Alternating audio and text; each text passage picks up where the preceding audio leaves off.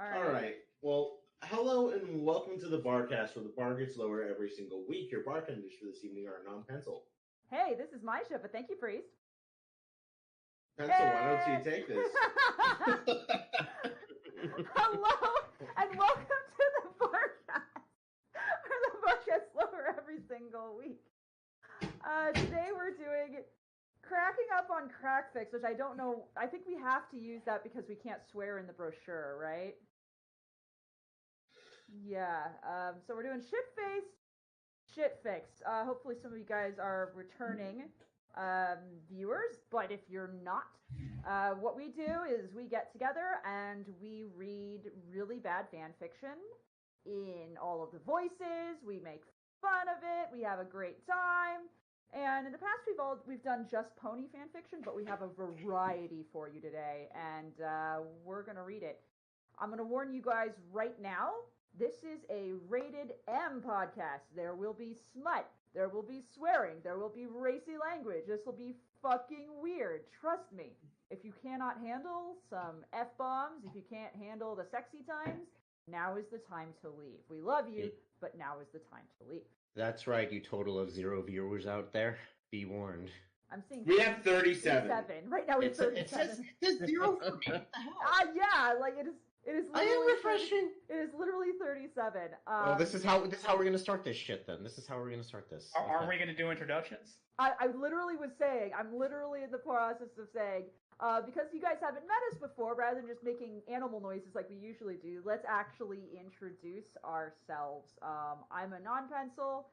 I write My Little Pony fanfiction very badly. I cosplay, and I've been a part of both the pony and furry community for, at this point, probably over 20 years. So, next on our list is an enigmatic otaku. Tell the people a little bit about yourself. Thank you for telling us you're a bunch of furries, small child. Thank you. Thank you for that. Thank you for that. Enigma, would you like to tell us about yourself, or do you just want to let your child creature scream at us again? My life is run by this child. I think it's pretty much summed right there. There you go. Well, he writes fan fiction too, since he's not willing to say it. And Flammenwerfer, what up? Not much. Just hanging out, ready to fucking get asthma. Who are you? Jesus, I'm a dude who puts words on pages, and some people like it for some weird fucking reason, and they keep asking me to write more, so I do. And yeah, that's what I do. This is my life. Help me. Wake me up inside. Priest Kai, why don't you introduce yourself? Why, Anon, thank you for the wonderful introduction. My name is Flutter Priest. I write My Little Pony fanfiction out on the internet, and some of it is quite successful. I'm actually the 31st most followed writer in our fandom, and I really don't take myself seriously. I'm trying to sound right now. No, dude, I play music, and we have fun. I write a lot of shit fiction, and we have a lot of fun. It's mostly memes. Let's have fun. All right. That's how you do an introduction, motherfuckers. We have Milk. No, we're not. That was the whole thing about not doing that! Do you actually expect me to do anything right? Like, I mean, come on. Say your name and say what you do. At least that you formed this shit. I did a thing, and these guys won't go away, and now we're kind of hearing this thing doing a thing. So, hi.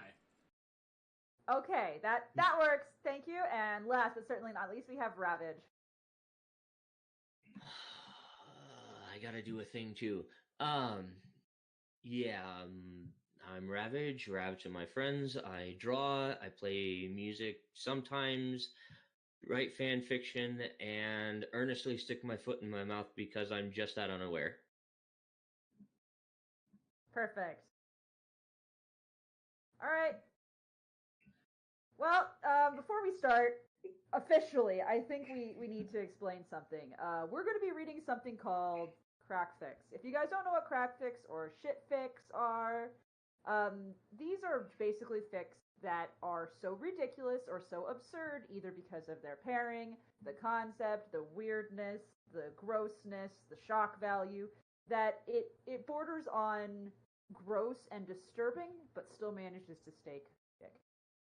I think I can actually say this confidently. Everyone in this chat right now has written or has helped in writing a crack fic. Yep. So we have experience doing this, and I've talked in the past about how that can actually make you a better writer, practicing doing that, because it's all about evoking a certain reaction, and practicing evoking reaction can translate into your other work. Would you guys agree or have other comments on that? Oh, totally. Like the ability to know your audience and to not only find ways to completely subvert their expectations, to find this magic medium between revulsion and absurdity and pure nonsense while still keeping them invested in what you're writing. It really is a skill. It's the difference between making a movie like Manos Hands of Fate that is bad to the point that it's unwatchable, and The Room, which is so bad you can't stop watching. It's about finding that train wreck medium, and we're here to wreck some trains. I like trains. Go ahead. That was all? That's all you guys wanted? Okay. Taking crack also helps. No, don't take crack. Chip, God damn it. Enigma! Please, Mr. White, just a crummy of Cokie. It's not just these are not just bad stories. Most of these are intentionally bad stories. And trying to write an intentionally bad story that's still funny is its own talent, which we'll find out about. So we're going to read these to you. We're going to read a bunch, including some that are furry related. We have some Balto. We have some Robin Hood. We have some other weird stuff. And we have some My Little Pony fan fiction to read to you today. And it's gonna get weird and it's gonna get gross, but we're starting fairly tame. However, if you don't like sex, fucking run. So wait, we're gonna talk about intercourse? No, actually we're not. Oh, of course. It's gonna be other stuff. Also, we see you in the chat. Keep in mind, we are donate to a Red Wing Force Sanctuary. You want to donate to our Patreon or donate to that? That's fine. We'll take a break between each of the stories very shortly, just to scream about how much we hate it. And when we're all done, hopefully we will have inspired you to try to create your own crack fic. And if you do, please send it to us. We'd love to read it. Disney's Robin Hood. This is a furry con. Oh, that's right! Hey guys, where are we? Oh, welcome to RAMcon. Uwoo's in the chat, please. Oh no, please no uwoos in chat. No. Oh, I want to see all of you uwoo in the chat. But this is a furry con. This is also a woos, so like that's different too. So if that thank you RAMcon for having us back for a second time. We love you guys. Holy shit! No, Alex, no dots in the chat. Thank you. Our chat is full of uwu. What have you done, Priest? I love this. This is the best crowd. We should. What's next on our agenda? Oh, the next thing on the agenda, which we don't have a drinking word listed, but we're going to make this a drinking game. Anytime we, the cast, can't hold our shit together while reading, take a nice healthy drink. Don't take shots, you'll die. But yeah, we gonna put the RAM in RAMcon. Are you people ready to go? I'm ready. All right. Well, then let me introduce the first story. The first story is called "May I Hypnotize You" by Milich96, and it is based on Disney's Robin Hood from 1973. If you're a furry, I assume you know this movie. If you don't, what are you doing here? My goodness. Fox Robin Hood was a sexual awakening for many people. My lord. I am a straight man and I would that, Fox. I know, right? So reading the parts for this, we're going to have me narrating, and we're going to have Priest as Hiss, and Rav as Prince John. If you haven't realized, there are no foxes in this, so you scalies out there, we're happy to cater to you too. Bad things are going to happen, kids. Just take a deep breath and let's enjoy a crack fic pairing that you guys have probably never seen before.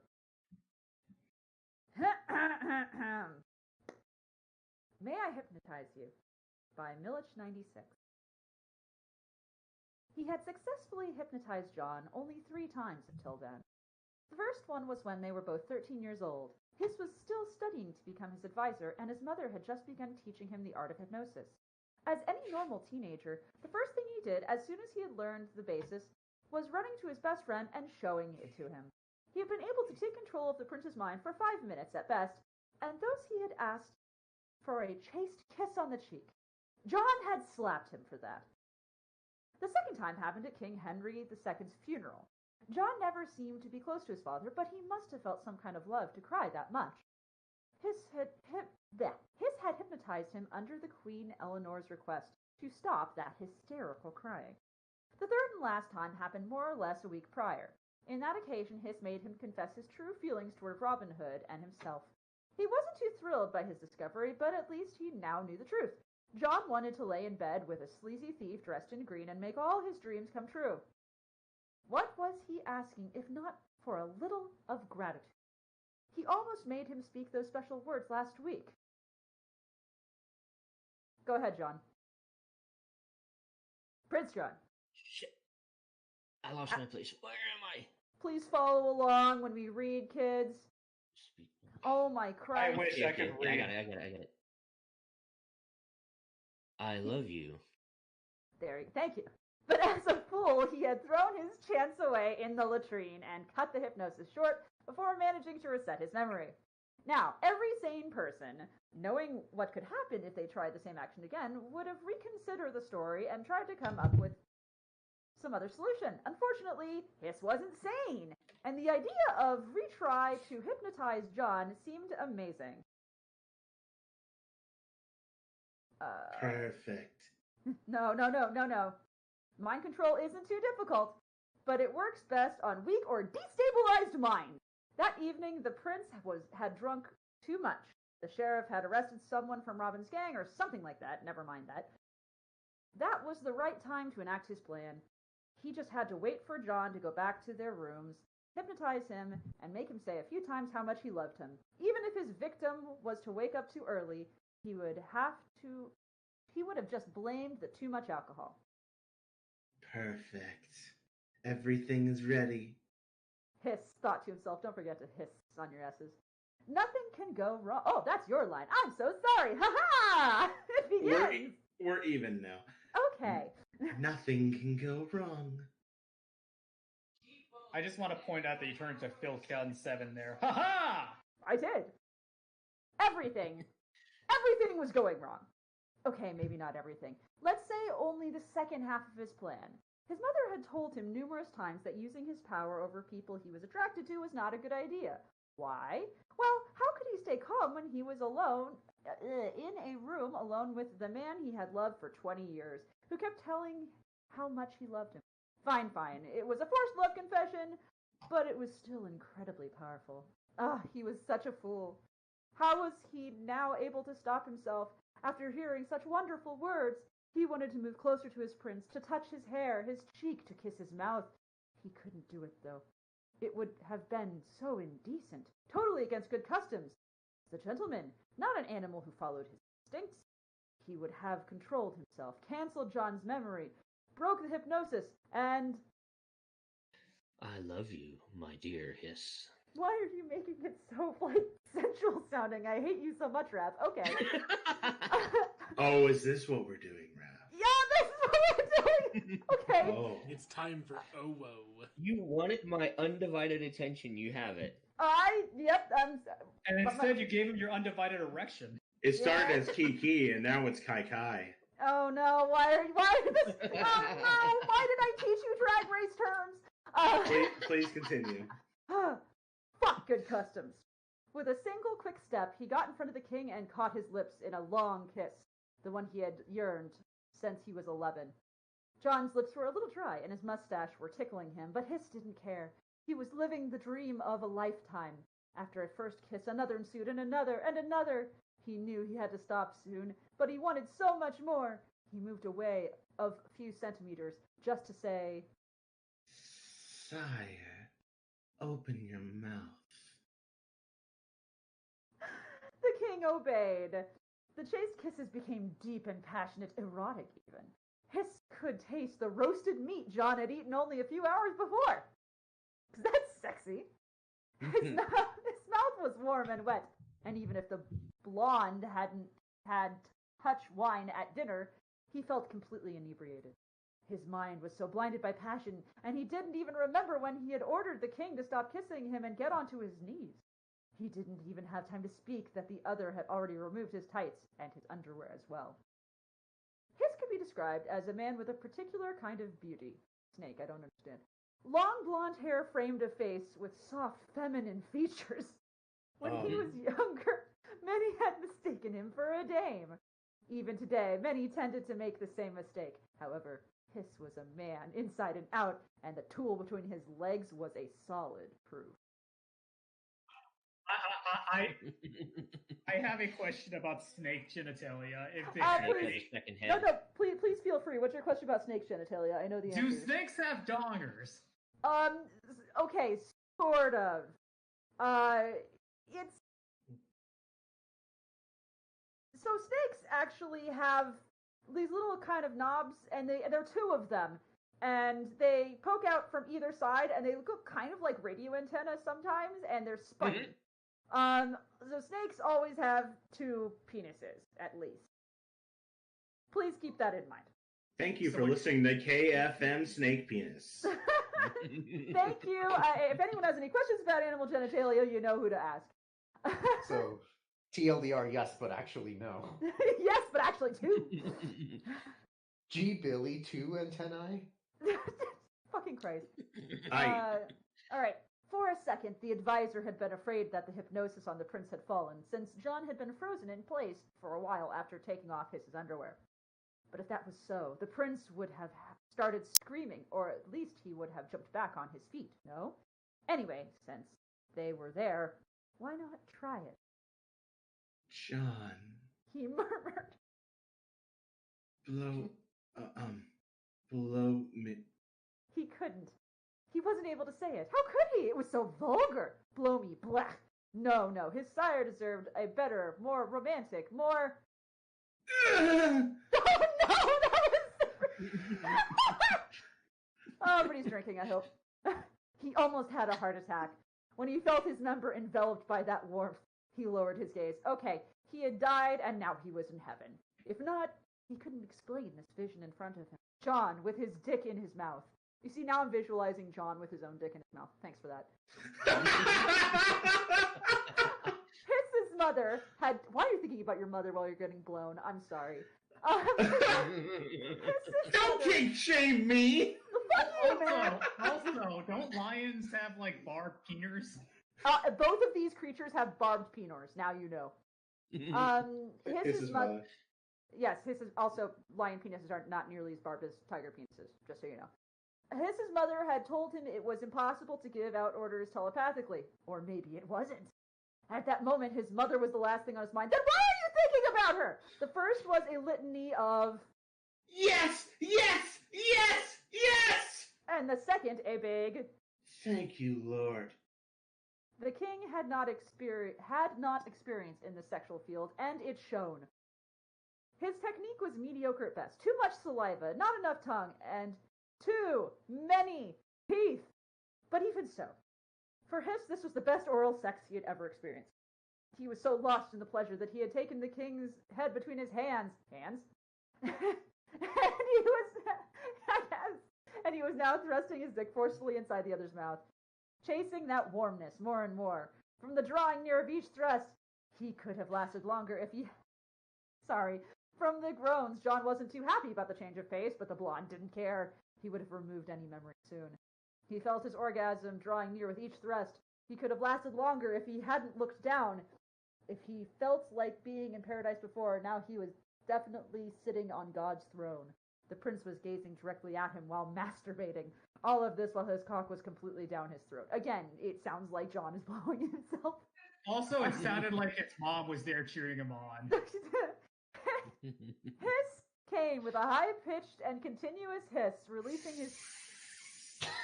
Thank you, priest. Releasing his seed in the other's mouth, who swallowed it. His legs were shaking like never before, and there was nothing in his mind but confusion. Even so, he realized he could not leave things as they were. He dressed up and fixed his hair. He looked toward John to see if he needed a hand as well. But surprisingly, he saw him already on his feet and cleaned up. Weird. He didn't remember ordering him to do so. Oh well, less work to do. No. Now with... Yes, Flam? No, go on. Now with the last part of his plan. Your Majesty, you shall forget everything that had just happened and wake up. All right. This was the first time someone had ever answered this when coming out of hypnosis. Oh well, John had always been a special case. May I do something for you, Your Majesty? The trick was to make him believe nothing had happened. But what better way to do so than by taking care of his needs, like the loyal servant he was? I'd like something to drink. I have a terrible taste in my mouth. It's incredible he still feels something after what just happened, thought Hiss. I'll take care of it immediately, Your Highness. I'll be back soon. After said so, he left the room quickly, headed to the kitchen. The plan had worked amazingly. Still, there were some things he couldn't explain. He had lost visual connection with the prince a few times, and even so, the hypnosis did not break. On the contrary, John had carried out more orders than the blonde had even said. Maybe the monarch wasn't after his control during their intimate rendezvous.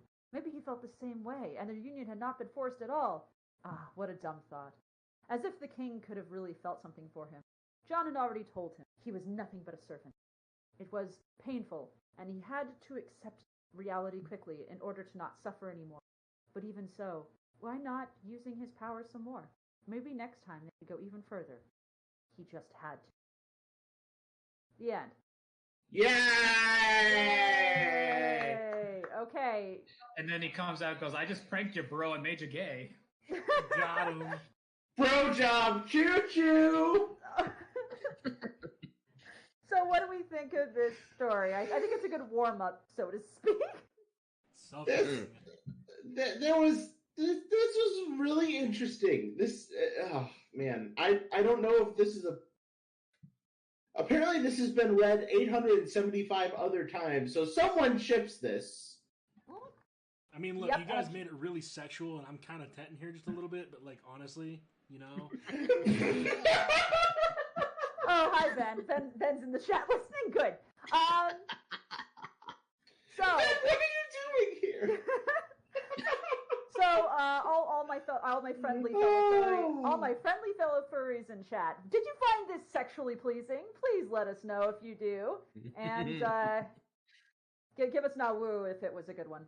If you enjoyed it, put in a woo in the chat. I said woo. I did not say ooh woo. There are different things here, priest. Let me have my woos. Not much different. Okay. No, one is little tiny howls. Thank you. I got into Alice Dragon. Thank you. I like woos. Woos are good. Woos. So that's what we're starting with. We decided to start with something furry, but we are going to go on to something decidedly not for. Well, it has some animal erotica in it, so it sort of counts. I don't know if that's a good thing if we're not labeling it as furry. No. It's the next one is, and for those, everyone has the link to the link. I'm really hoping. I've got it. I'm up. Okay. Not my penis. Not my penis. The cover art. The next story. The cover art. The cover art is brilliant. Let's quickly show off the cover art that was done by our lovely artist Eighth before we start. Oh. The RAMcon cover art. The RAMcon cover art. Cover art, yeah. Cover I heard art. that too. The cover art, yeah. It's okay. This is the wonderful image that was done for you guys. So we hope you guys like it. Just to remember the day. Yeah, just so you guys know, there's no horny jail here. If you guys are, oh my God, what's happening? Oh my God, what's happening? Why is? I have no idea, but it was cool. Alex, if you did that, I fucking love you. I've never seen you go.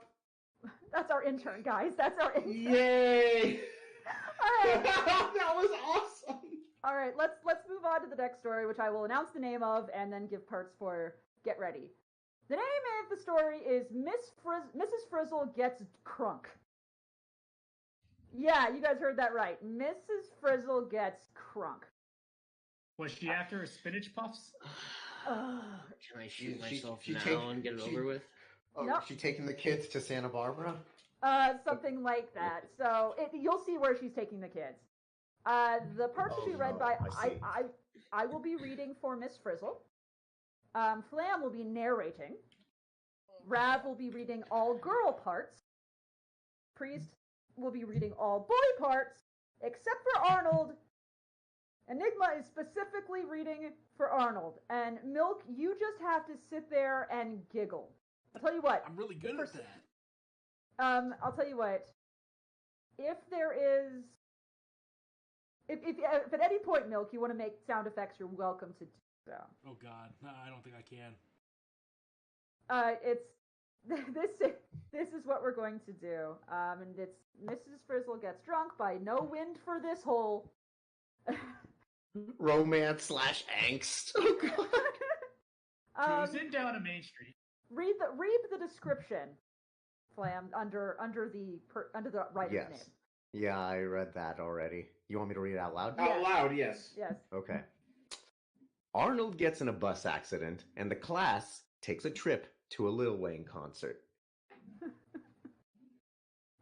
Oh, Can I shoot shit. myself now? I knew I should have stayed home today. Fucking Little Wayne concert? Yes. So let's do our best. Remember, anytime we can't handle it and lose our shit, you guys take a sip of your alcoholic drink or non-alcoholic drink at home. Deep breath. Let's make it a good time for all. Rightio, we all set? I feel ready. Alrighty.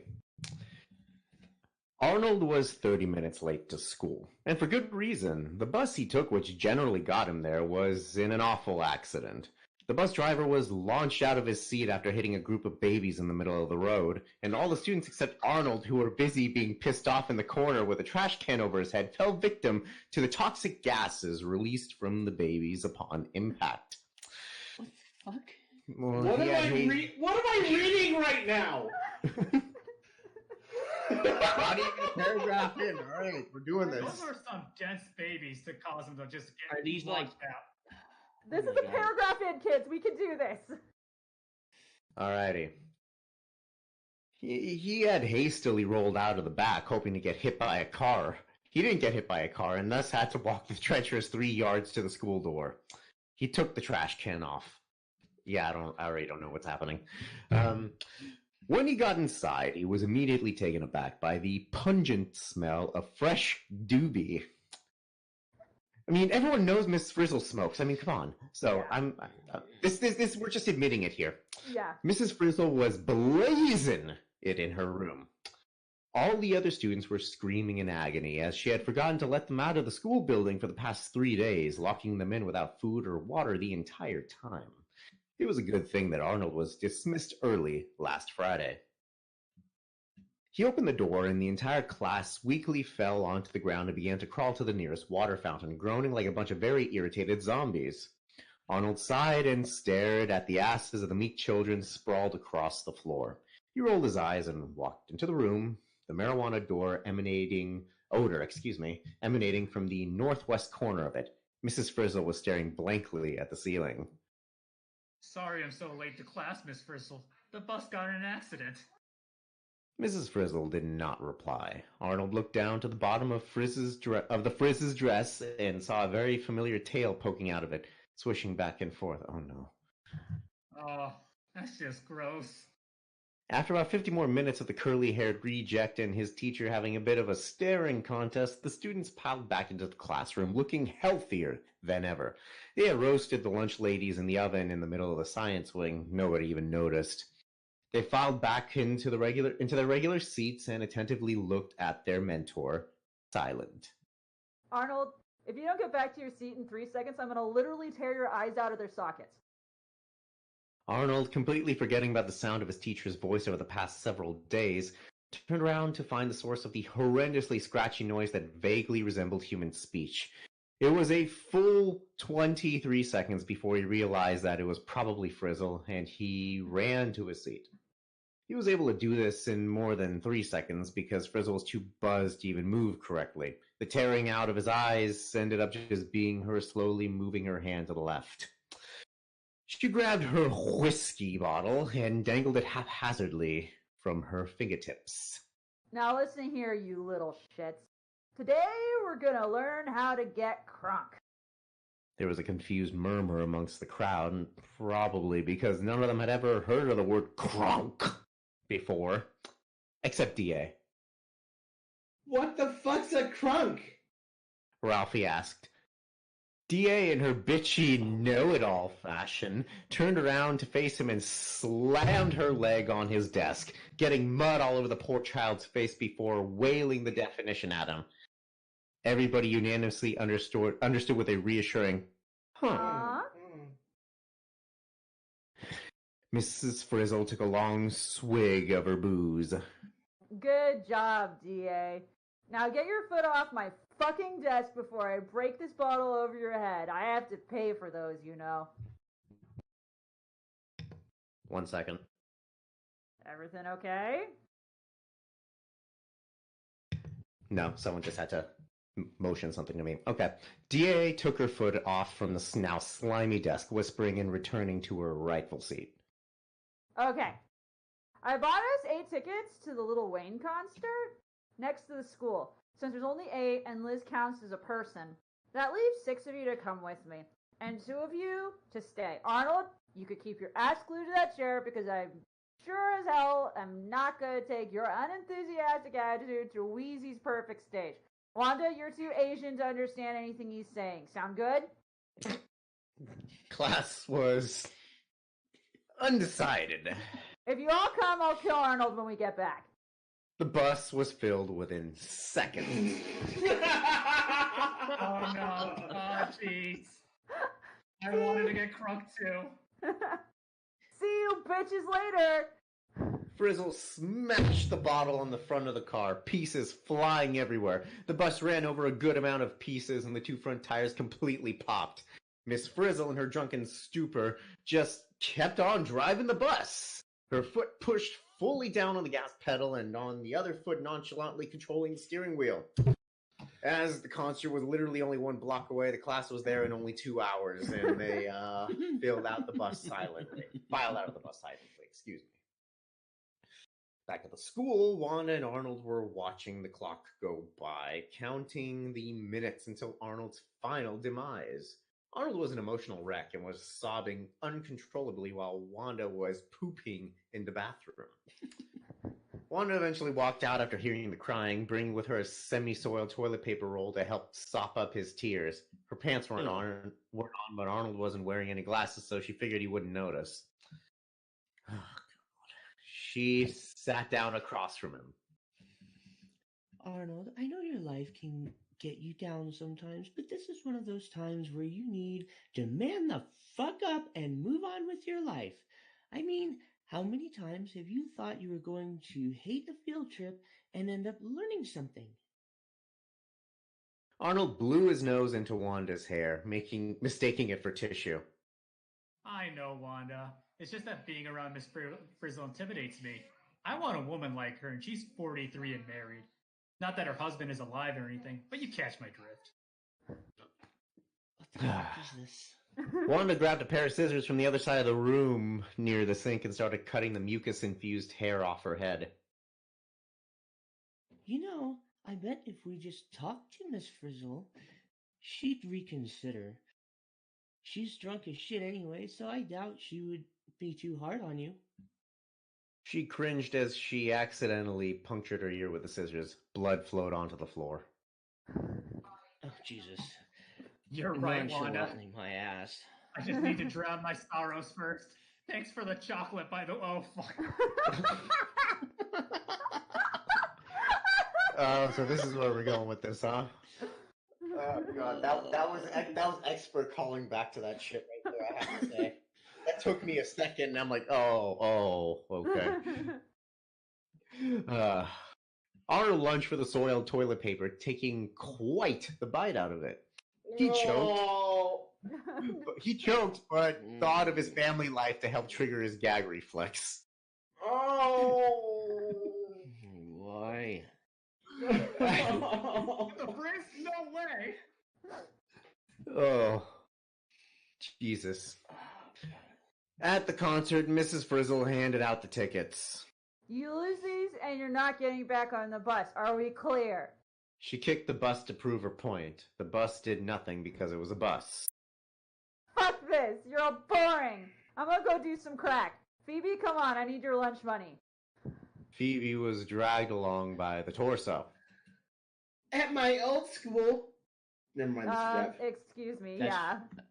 I think that's me, isn't it? Yeah, Yes. it is. Yes. At my old school, we never learned how to get crunk. Phoebe, if you say that goddamn punchline one more time, I'm gonna turn your ass into gelatin. I've got the vaccine right here. What? I don't get it. I don't know either. The words, Mason. What do they mean? What do it? Phoebe quit complaining. Meanwhile, Tim was having trouble finding a seat in the packed stadium. Where there looked like an empty seat, there always ended up being a shattered beer bottle, disposed of babies, or worse, porn. What? Can we back up to the babies for a second? No, the baby. No, because clearly, priorities, clearly the porn is worse. Okay, go ahead. I would shove those babies aside to get to that porn. Okay, let's focus. We can do this. He decided to plop his big black butt on the stairs to the food vendors. Sometimes they dropped a French fry or two so he could scrounge for food without looking like a deranged homeless woman. About 30 minutes into the concert, people started getting restless. Their precious Wheezy was nowhere to be found, and all the clean water had been gulped down already.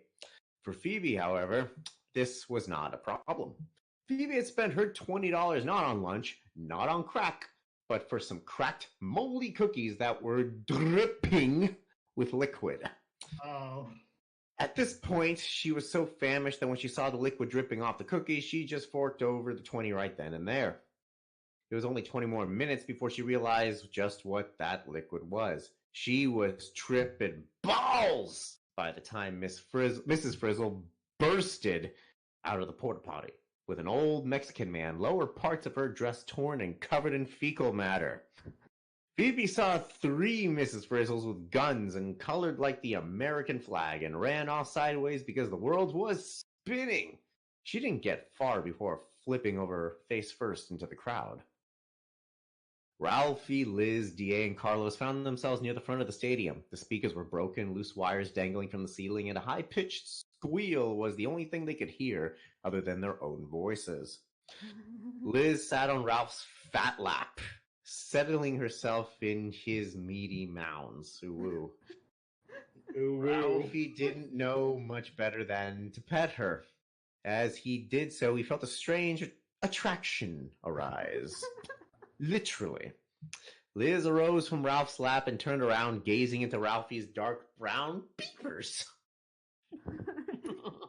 She gave the green-shirted moron a lick on the cheek and smiled.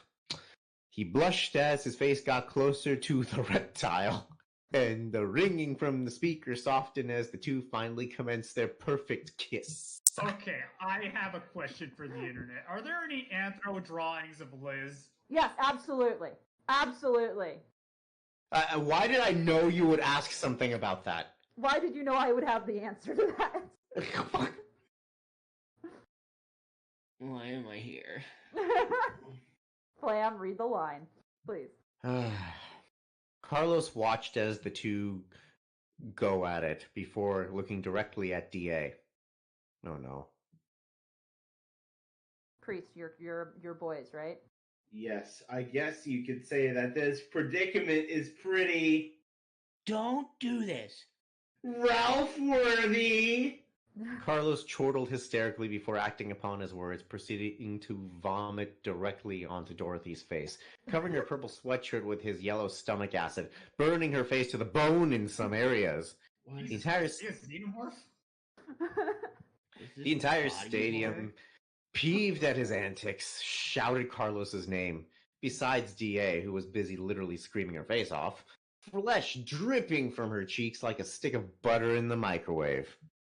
Carlos's necrophilia king kicked in. Excuse me. If I you know that meme? You know that meme of the guy? You know that meme of the guy with sunglasses and he's dropping the sunglasses brim below his eyes? That's me right there. That was if I had sunglasses, they'd be below. The brim would be below my eyes right now. I told you this would be a hard one to get through for you, Flam. Carlos's necrophilia king kicked in, and he averted his eyes to keep from blushing. To keep his mind off of the hot mess in front of him, he did what he did whenever he felt hot and heavy. I'm gay. I'm gay. I'm gay. I'm gay. Somebody soundbite that, please. Yeah, Alex, can you please cut that out? Let's see. He rocked himself back and forth in the fetal position. DA paused her screaming to make sure she was hearing more clearly. You're gay? Dude, that's like my favorite sexual orientation. Let's make out. Carlos sniffled up his tears. He could finally do this. He'd been practicing making out with the corpse of his dead dog for eons just for this very reason. Damn it. I guess till death do they part. His teeth still had rotten meat on them. Well, I mean, if we're fucking after they're dead, death doesn't... Never mind. Please. Yeah, don't finish that sentence, my dear. Don't go farther than that, please. That's enough. Okay. Please continue. The Hispanic child, because we're gonna, we're using those now, stuck out his tongue for the barely breathing blonde bitch to bite on. I love that consonant. Holy shit. All that the underage obese child could feel was a barrage of pleasure, pain. Can I just draw attention to that consonants again? How did you skip? How did you skipped skip? far. You skipped so far. It's the next. Oh, did I? Yeah, didn't. Oh, okay, so I was so Well, clear. blinded. I was blinded by the consonants. The Hispanic child. Yes. Clearly, Flam, you were too hot and bothered. Yes. We need to get through this. Come on, we can do this. I believe in you guys. The Hispanic child stuck out his tongue for the barely breathing blonde bitch to bite on. She ripped it off, but she was hungry anyway, so it didn't really matter in the long run. The two perverts lay in silence, tongues in each other's mouths for a good 3 consecutive hours. Okay. Meanwhile, Ralphie and Liz were getting serious, doing despicable things to each other. All that the underage obese child could feel was a barrage of pleasure, pain, and scales, but mostly the last two. Having never experienced any sort of physical affection in his entire existence, including his birth where his mother screamed louder after giving birth than during. Oh, God.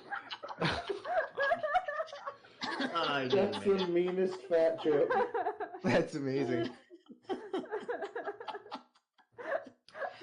Where his mother screamed louder after giving birth than during, he passed it off as merely just the social norm for kinky interaction. Wait, never mind. Go on. Move on. He could have done without the claws in his nipples, though. He was pretty sure milk wasn't supposed to be red. I'm pretty sure. 4 hours passed, and there was still no sign of Lil Wayne. 90% of the audience had already filed out of the stadium, and the majority of the rest of them were too crunk to move. The atmosphere really needed some livening up. All of a sudden, the lights flashed off, and a small stage in the center of the stadium rose, a purple spotlight shimmering down on it. A single person stood atop the platform, not moving, not breathing. A single twitch of the butt cheek later, and the lights all flipped on, revealing an African-American girl twerking it like none of them had ever seen. She had obvious buttock implants as her booty rammed the top of the stadium and the bottom of the stadium with each shake. The crowd cheered with enthusiasm of 1,000 parents relieved that they don't have to take their kids to Disney World. One particular lady, though, was a bit skeptical of all the excitement. Holy shit, that's Kesha! Keisha, not Kesha. Keisha, not Kesha. Keisha's a character. Keisha's a character. Keisha. Sorry. Oh, God. Tim hollered. Indeed, the Nicki Minaj lookalike was, in fact, Keisha. Upon hearing her name, the kinky stripper brought her dancing to a halt. She slid the 20 feet down the pole and hung her head in shame. All she had ever wanted to do was get away from the madness that was Mrs. Frizzle. And even then, she could not escape. The half-conscious lady stumbled down the stairs, hurling herself into the stadium.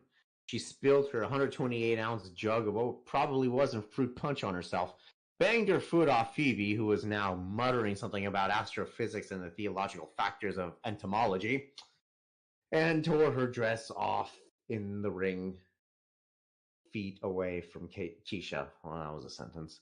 Keisha sighed and let her hair down. Damn it, Miss Frizzle. I tried to run away from you because your class always bored me. I thought if I learned to get crunk, maybe I would finally be happy. Mrs. Frizzle smiled sadly, petting the side of the black girl's face.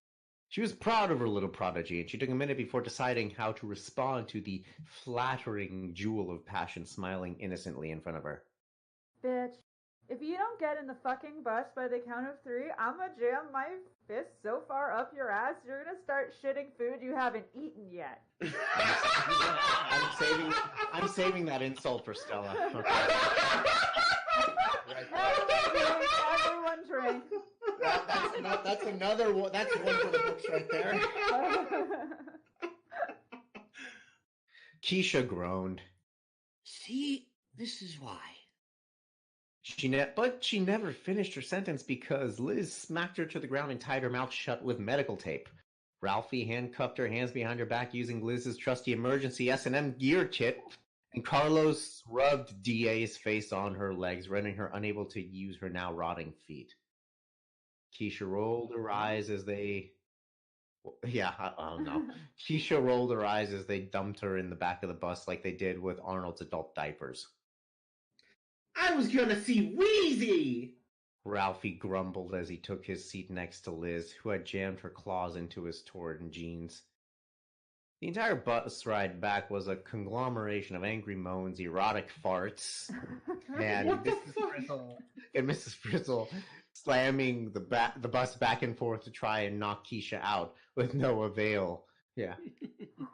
Oh, let me sniff the air out of your asshole. Please stop! Please stop!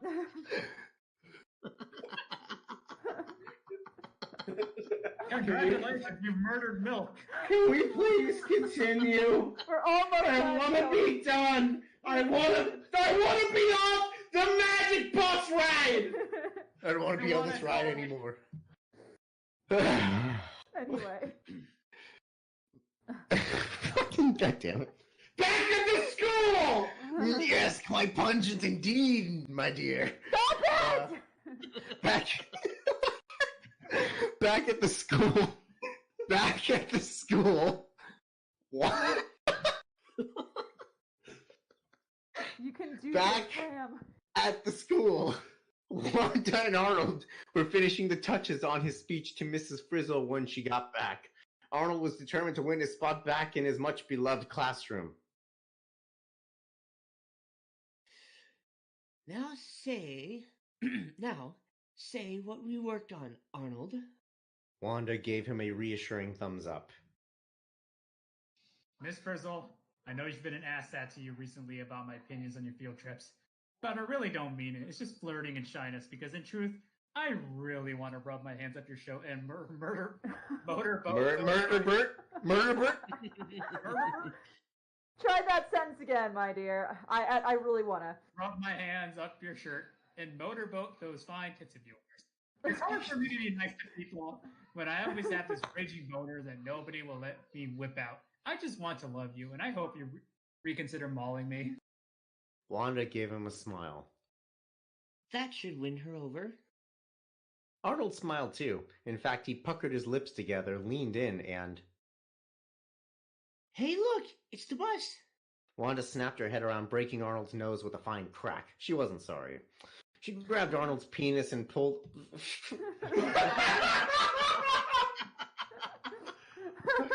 There's no time! Follow me! Grabs penis! and pulled him out into the front of the school, waiting for his teacher to arrive, gun in hand. Excuse me. The bus slowly grinded to a halt in front of the school. Miss Frizzle was tired. She just needed to get up and go to sleep. She stood up and accidentally slammed full speed on the gas pedal, launching the kids into the back of the bus with Tisha. At my old school, we never... Phoebe was cut off by the screaming of the class, including Miss Frizzle, who smashed her head into the horn out of sheer annoyance. The class suddenly went silent as they realized just what they had done. They all leaned their heads out of the shattered windows to take a peek at what they hoped was going to be just a coincidence. Arnold was dead. The entirety of the school bus burst out of the building, wielding piñatas, firecrackers, and complimentary champagne. And yes, I said it like fuck you. I know. The battle was finally over. Everybody was crunk. That's the story, guys. I want to turn this fucking bus around. So this is what would happen if Rick Sanchez from Rick and Morty just decided to like teach children. I mean, he does, but that's fine. So that is another example of CRACKFICS. I hope everyone had a great time with that. How is everyone doing? Are we breathing through it? Are we breathing through the pain? I'm still sober. Okay, I'm well... trying to remember what we just read. My brain can't retain any of it. I can understand that Defense pain. mechanism. Well, we're going to venture back into our favorite area of expertise. We're going to venture back into My Little Pony fanfiction. And we're going to read a story called Fleshlight by Effervescent Equine. This is certainly a light in the flesh, isn't it? Yeah, Milk will be narrating this. Milk, are you ready for your narrating? Oh no. Yep. Sweetie Belle will be played by Enigma. I will be playing Rarity. And Flam will be playing an interesting player to be named later. Oh, God. Yep, that's who you're playing. And that means that, Priest, you get to take a rest. Rav, you get to take a rest. Do you feel okay about this? Yeah. All right. I just read Flamin's character name. I'm not sure if I'm ready for that. Good. Priest, are you doing okay? Priest, are you dead? He is killed. Priest, you're muted if you're trying to talk. Yep, Priest is killed. I'm assuming Priest is. Rip. Rip. The magic school bus driver wasn't alcohol. Well, Priest, I hope you come back soon. But until then, I'm here. everyone... Oh, yeah, I was gonna say you. Do you want to hype up the chat while we do this shit? Yes, let's do it! My body is ready, chat! Let me see some ooh-woos! RAMcon 2020, let's do it! You are what we call in the porn business a social fluffer. You are not in the porn business, Enigma, and you never will be. Anyway... You don't think they put him in a gimp suit and just kind of put him in the corner to laugh? No, I have been on porn shoots before. That is not what they do. Every single one of my holes is ready. Oh no. You don't remember my favorite scene from Pulp Fiction where I came out of that fridge? Anyway, it's not a fridge. But anyway, we're going to read the story Fleshlight, and it's going to be narrated by Milk. Everyone have the story? Everyone feel ready? I don't think anybody can be ready. I don't think anyone's ready either. So, Milk, my sweet. Yes, yes, I am ready.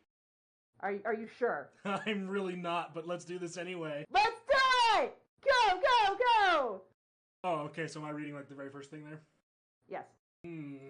Once upon a time, in the land of happy ponies, there was a virus named Hematojophon.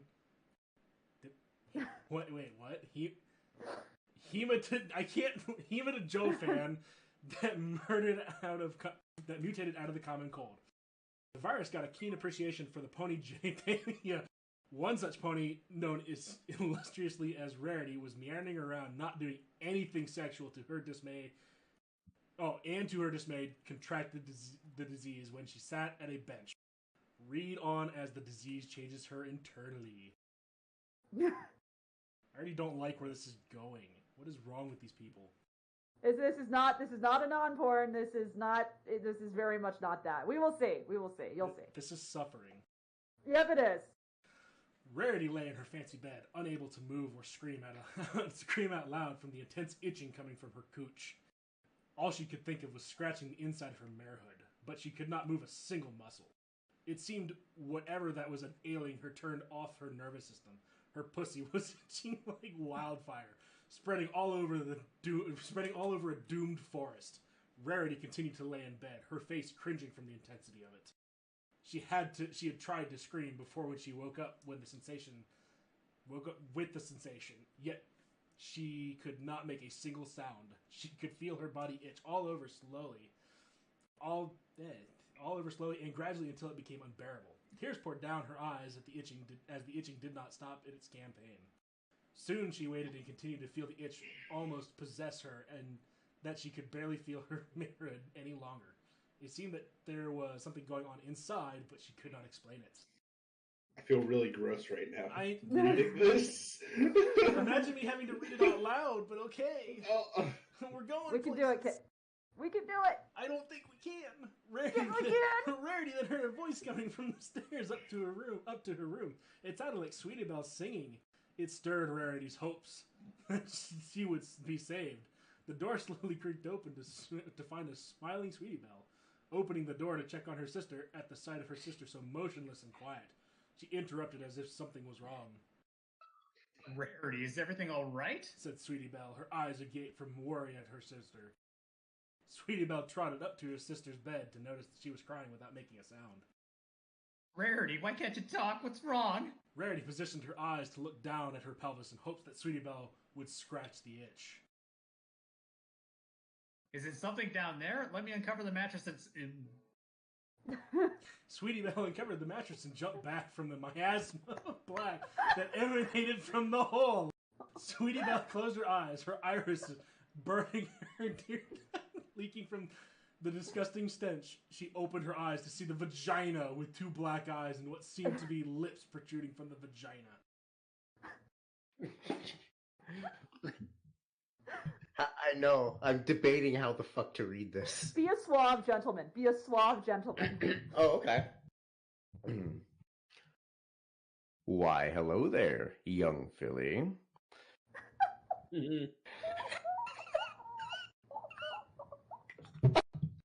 General Kenobi! I was thinking more like Mr. Sulu. Let's try that again. We'll do this in one take. Come on.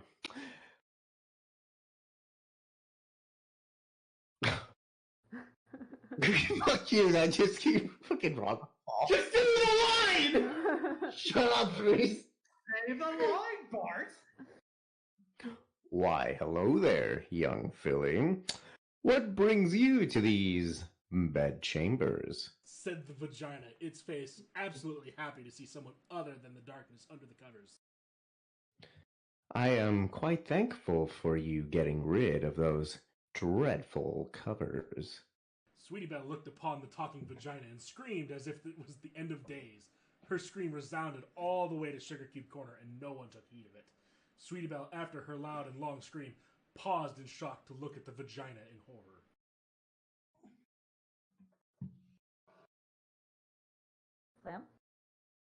Slam door for. Fucking What? Mike. Shit. Sorry. Mike got fucked. Oh, I'm sorry, good filly. Did something scare you? Maybe I can fight off whoever the scoundrel is who dared to hurt someone as young as yourself. Said the vagina. The vagina smiled at Sweetie Belle's shocked expression. Will you be needing anything, young lady, to help with whatever scared you? Or will you be just fine? You can talk? Said Sweetie Belle. Why, of course I can talk. I have been jib-jabbering for, quite a while. But what are you? Well, I guess an introduction is in order. My name is Hemotijofan, or Hemo for short. I am known as quite the gentleman in the virus circles. You should meet my good friend Yersinia Pestis, or what you ponies like to name the bubonic plague. What have you done to my sister? Screamed Sweetie Belle. Oh, not to worry. Your dear sister is just fine. She will die, but she will serve a good purpose. Said Hemo as cheerily as ever. We will mold as one and become a new entity of disease and pony. It will be something interesting, don't you think? Okay, before you go on, all I heard reading that was, beneath the skin we are already one.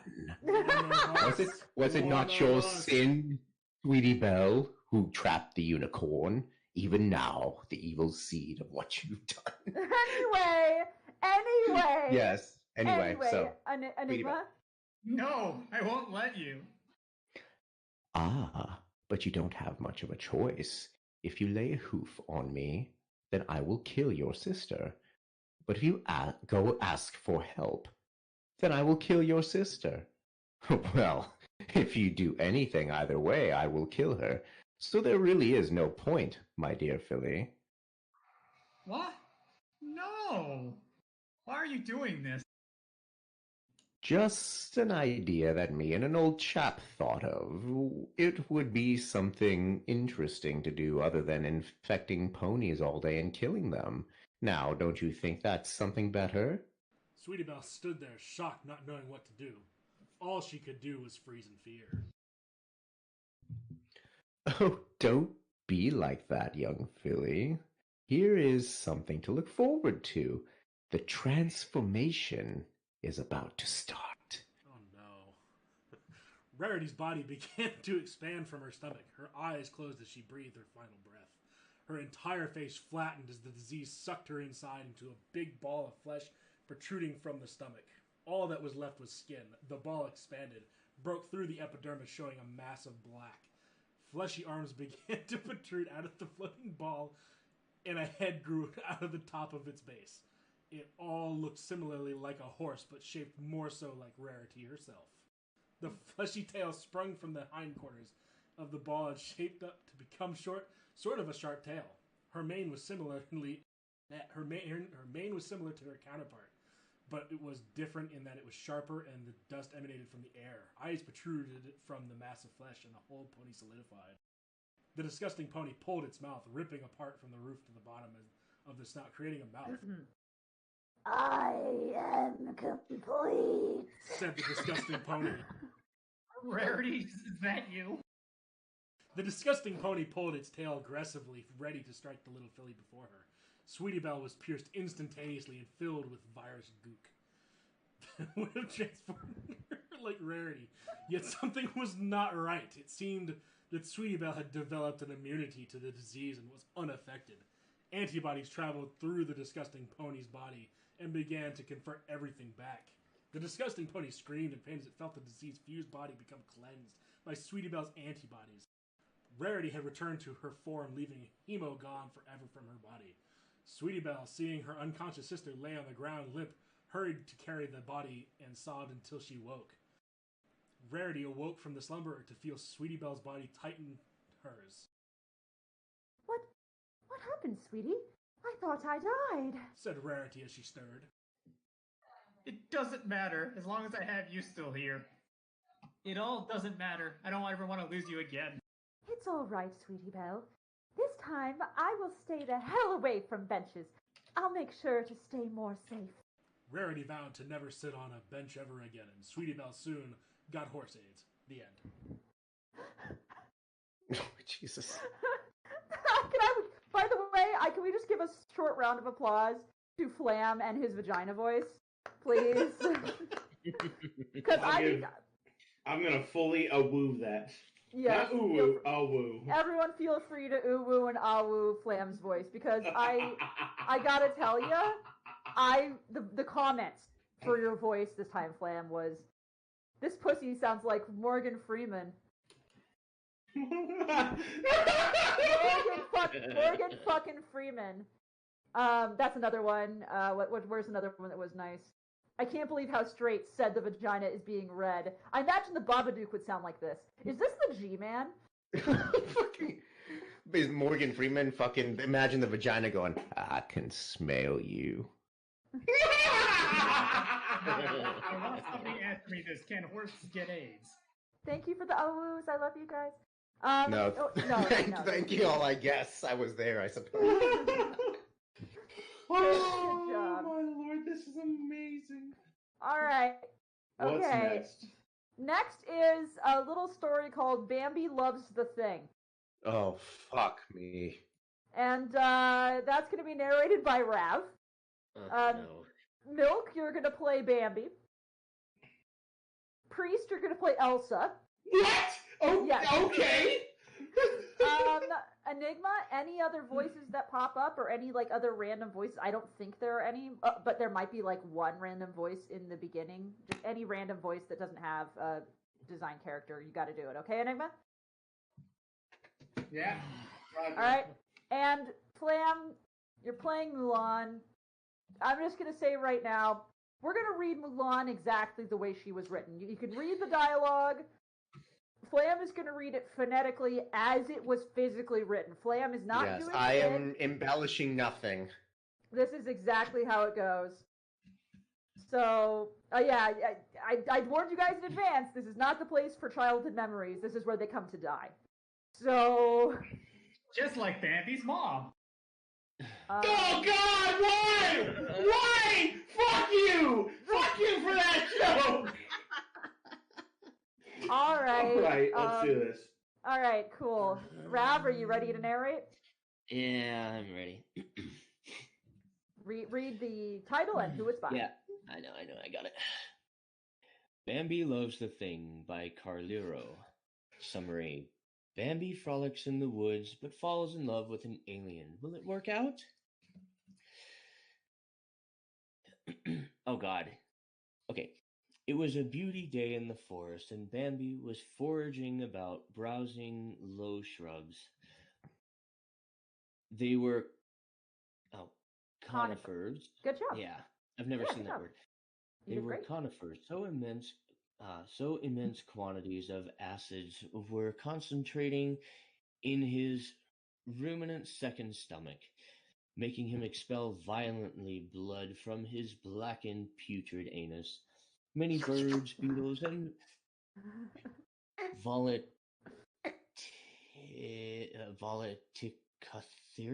I can't fucking say that. No, you What did is a that great. word? You did a great job. Seriously, credit to you. You did a great job. That's the word, volaticotheres? You said it pretty similar. Like, good job. Okay. Bathed in the black-red diarrhea of the beautiful forest prince, earning them eternal life and forever happiness. I think this is an enigma. This is Enigma. Thank you, O princely Acron of the forest ancient gloom. Archon. Cried the... I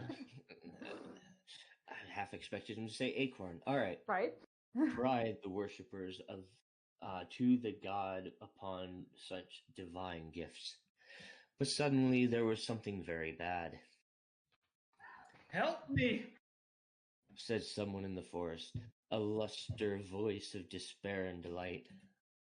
Bambi listened and went to help, and there was a beautiful husky dog with pus-filled blisters in its dung-infused flesh, and a swollen penis with brownish blackened spots indicating the entry of feces leaking a pale white pus milk semen. Jesus fucking Christ, what a What description. the fuck did you just read?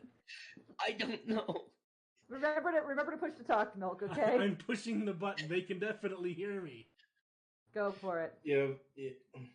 Hello, how can I help you? We're getting a holy erection. What the? You did good. That's correct again. Erection. Customer service. All right. The dog. All right. God damn it. Erectione. The next line. We're Italian now. I have an erection. All right. God damn it! That was readers line. This is No bully. No meat bully. If I could, I'd read the whole thing and surrender. All right. The dog then peeled its skull into a very fine and shiny tentaculus? It's supposed to be tentacles, but tentacles.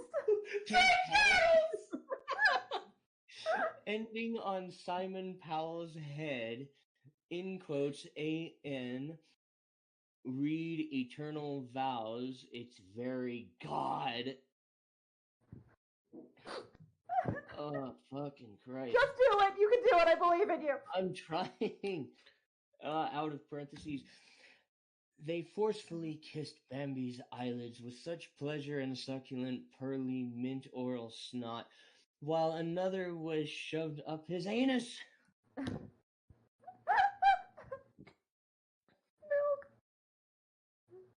Yes, that is Yeah, you. that's the line. Oh my love, I greatly desire you like the glint of Bandua upon the castle's forts of eternity. Moaned Bambi as his rotten prostate slid off his purple-red anus, black oily ooze infused with an ashy gray mucus, thicker spots floating in a slightly clearer liquid. I don't remember this from the movie.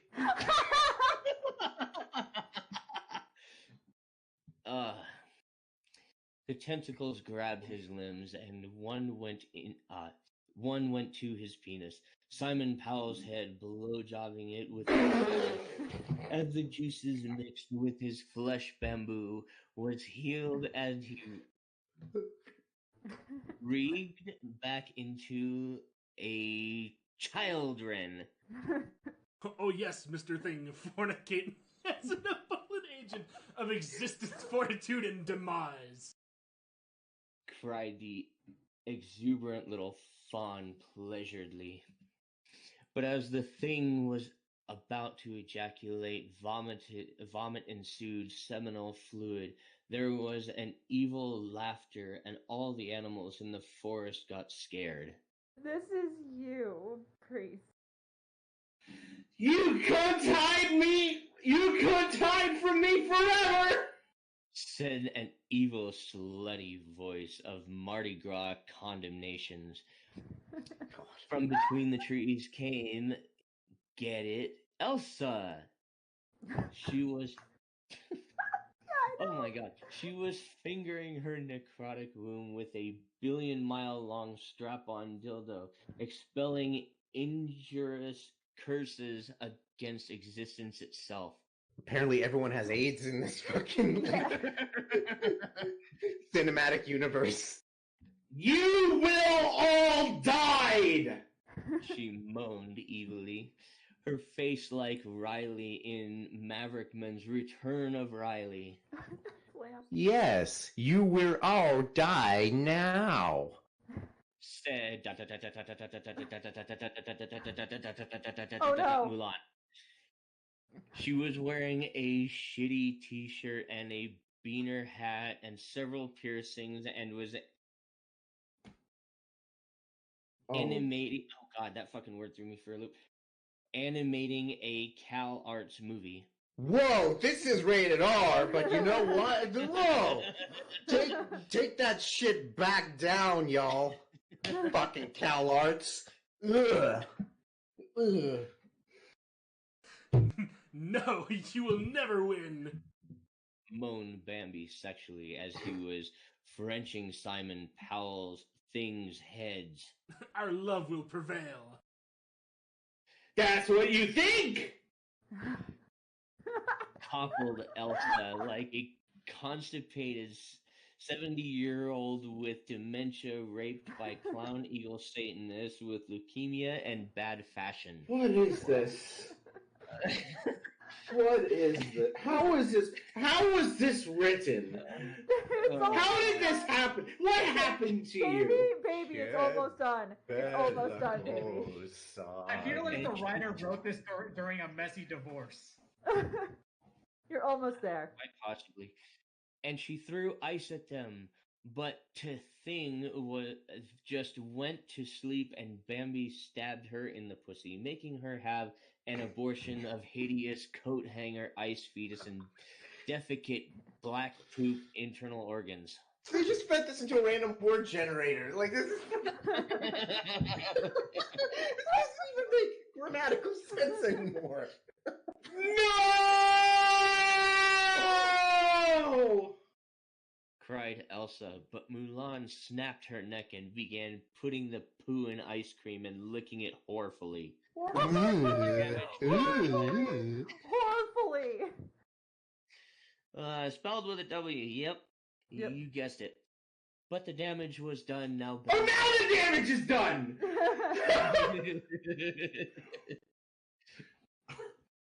Sorry, please continue.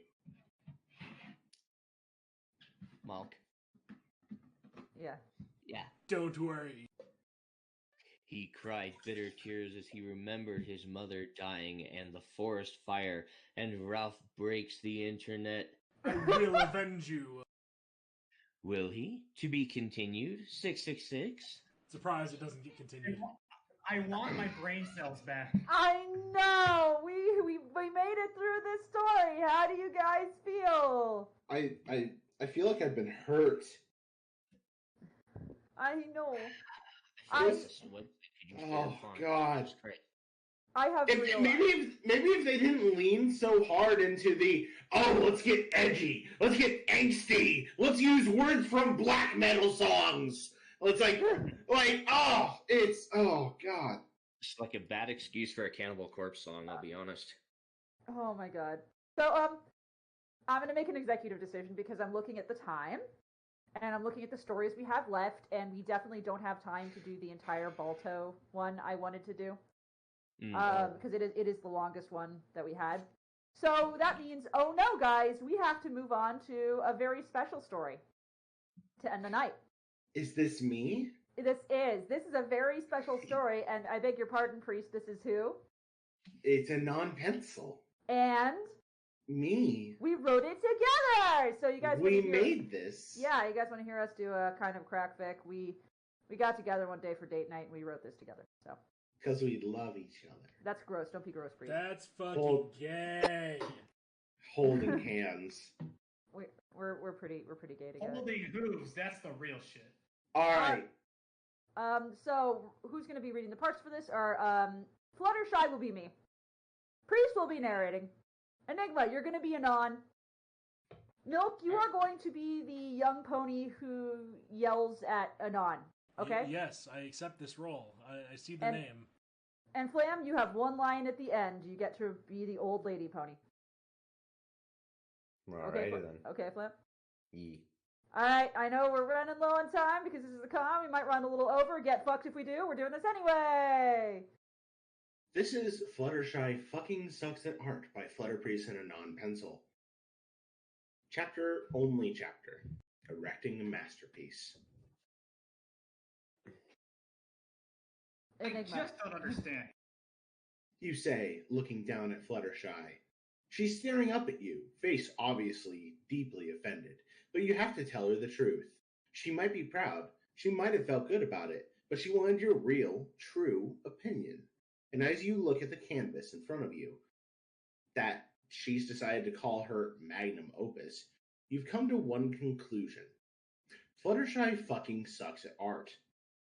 It would have been good to find that out before you encouraged her to have her show at the local gallery, but it's far too late for that now. Oh, how can you not get it, Anon? Fluttershy asks, a note of hurt in her tone. The bunnies stand for the duality of pony kind. How some of us may live within our little holes, fearing the outside world. Yet for us to truly live... Fluttershy's two bunnies humping. No!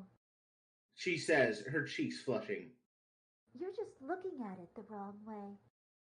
Trying to give her the benefit of the doubt, you twist your body and turn your head to the side. You squint. Yeah, sorry, now I just see a pair of breasts. What? Just two saggy, pandurless white breasts flowing gently in the... Your therapist would probably have a field day with this, but that's beside the point right now. Fluttershy turns her head in order to see what you're seeing. Anon. Those are two penises, not breasts.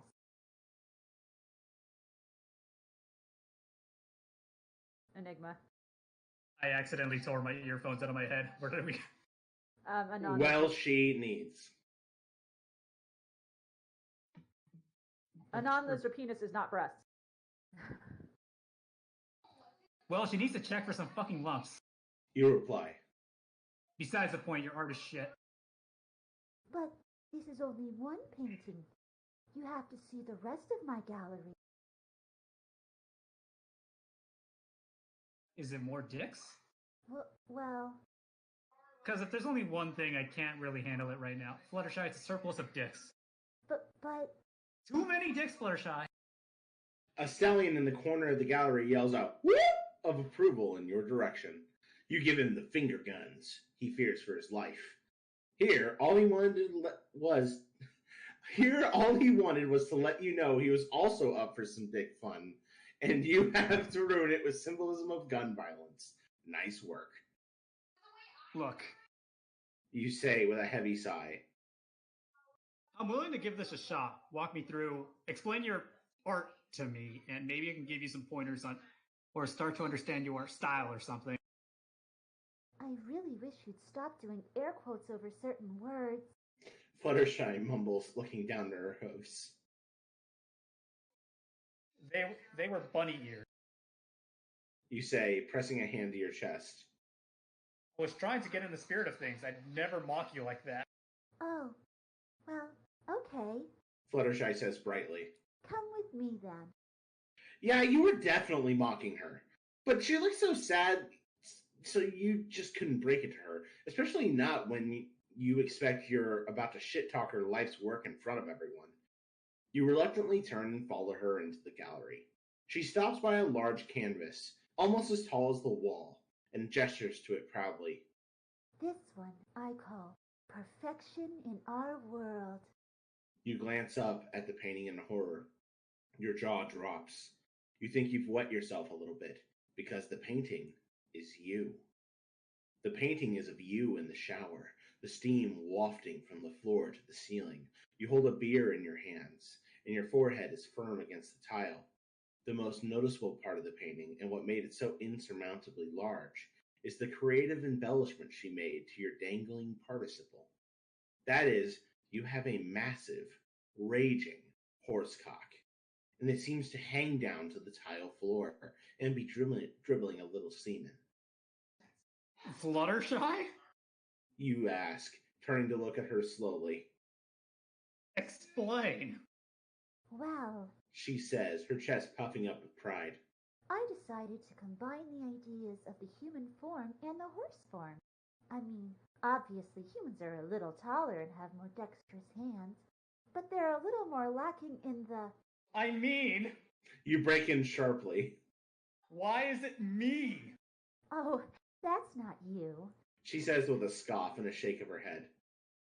Okay, but that's me. It looks like me. I have no idea what you're talking about. A pony and her young son pass by at that exact moment. The colt stops, looks at the painting, looks at Fluttershy, looks at you, and then looks at his mother. Look! No, it's Milk's line. Let Milk have this line, damn it. Look!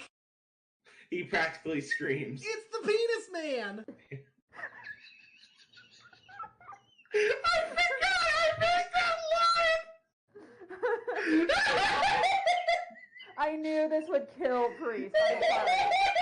I knew that would murder Priest to have you yell, look, it's the penis. His mother grabs him and quickly shoos him along to another part of the gallery. You give a scowl to Fluttershy, who just rolls her eyes. Can you believe that species behavior? She says scornfully. Thinking all humans look alike. Fluttershy. But enough of this. On to the next painting. She grabs you by your pant leg and pulls you along to the next exhibit. You shield your face with one cupped hand as the ponies stare at you while you pass. Hey, look on the bright side. At least they all think you're packing some serious heat now. Fluttershy pulls you up to our next piece that still has a cloth draped over it. You can tell that it seems to be in the shape of a pony for some reason. But what's more shocking to you is that Fluttershy somehow found a way to not only fail at one hobby, but possibly two. Definitely two. Statue? You ask Fluttershy. How in the world did you get your hands on marble? Well, She replies. you're right that it's a statue, but it's not necessarily made out of rock. See, I spent all my money on paint, and, well, I realized I didn't have all the right colors I needed, so I found out that many artists get creative, like horsehair brushes, and yellow paint is made from... Please stop. You interject. I hate everything about this. If you made this out of your fucking pubic hair, please just kill me right now. It'll be better than going out seeing a statue of a mentally challenged horse made out of your mare hair. Fluttershy sighs and looks to the floor. Maybe you're right enough. I'm just not cut out for this. I should just pack these up and go home. I'm clearly not an artist. You take a deep breath and let it out slowly. If you weren't trying to get into Rarity's bed sheets, then maybe you could just dream crush her on the spot and go about your life normally. But word is going to travel, and the only thing that will be marvelous about your Friday nights will be what sort of condom you used to beat off with. Because they expire. Condoms expire, dumbasses. And you can only make so many water balloons and throw them at Spike before it gets old. Okay. Well, let's forget the statue. You say calmly. Besides, what was it even of? Ritualistic anal gaping, and... Yes, let's forget that statue. You say a little more forcefully. Just show me something else. I'm sure I can find something positive about it. After all, art is different to everyone. I bet it really speaks to someone, even if I personally don't get it. She raises her head a little. Really? Really? Come on, show me. She brightens immediately and catches hold of your hand with all the excitement of a little girl who's finally stopped pooping the bed for the first time. I'm sorry. That's my line. I'm sorry. I'm really glad to hear you say that. She says in complete and utter joy. Because my next piece is interactive. Interactive? You'll see. She says in a sing-song voice. She marches you over across the hall and around a corner until suddenly you're staring right down the barrel of Mother of God. Fluttershy releases your hand and skips over to stand by her creation. She gestures to it with a sweeping hoof. See, I made it big enough for people to go inside. She says. You go in the urethra, and it goes all the way back to the testicles. And then you can come out just like the sperm does. Hey, where are you going? You don't look back. You don't even tell her goodbye. You do not pass go or collect $200. You can't do this. No amount of sweet marshmallow pony puss is worth this nonsense. And you will be damned if you are going back inside a giant replica horse penis. You came from a penis, sure, but you are not going back. You stride quickly to the front of the gallery, where one of the middle-aged docents holds the door open for you. You move to step past her, but as you do, she covertly slides a hoof up your knee towards your groin. You lock eyes. She smiles. Hey! Oh, God! She says in a sultry whisper. Aren't you the guy from the painting? Too bad this time life does not imitate art. And This hurts me. Are you okay, Milk? I don't like the hurt. You didn't like that line you got to say? No, I like the line, but Flam's little interpretation of the old pony at the door. Yes. Oh. Y'all gave me one line. I won't make that shit count. Oh God. So if we had 2 hours, I had one other story lined up that would perfectly fill out the time. Pat self on back for that knowledge. But I think that means we're out of time because I think Flam has someplace to be. Correct, Flam? Yeah, at around like 7-ish. Oh, at around Yeah. like ooh. Well, actually, no. Technically, after 7. For some reason, I thought we were going 2 hours. So that I gives thought me we were extra time. too. Well, I mean, does everyone want to go for another half hour? how much RAMcon time do we have? I mean, technically, they're letting us do as we please. I just assumed you guys are all doing things. That's why we originally did the 1 hour. Do we get to pull this Balto bullshit out of our asses again? Well, you know what? I'm Balto sure bullshit. Balto is a furry sex icon. Chat, tell me if I'm wrong. Do you want to see some Balto Dude, this Balto priest, Deek? priest. No, there's no Balto dick. It's not porn. What? It's not porn. Oh. Why were you so excited over Balto Deke? Hmm.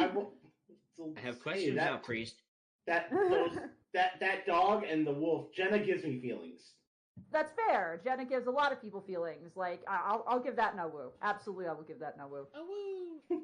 Oh woo! No, hold on. Let me give it a key one. Woo. There we go. Okay, so for this, priest, you're gonna narrate this, okay? Yay! Rav, are you up for doing this? Yes, I'm You're- up for doing it. You're Balto. Eh. Milk, you're Thomas. Who the fuck is Thomas? Yes, I'm gonna be Jenna because I want to be the sexy dog, okay? Oh. He's a sexy bitch.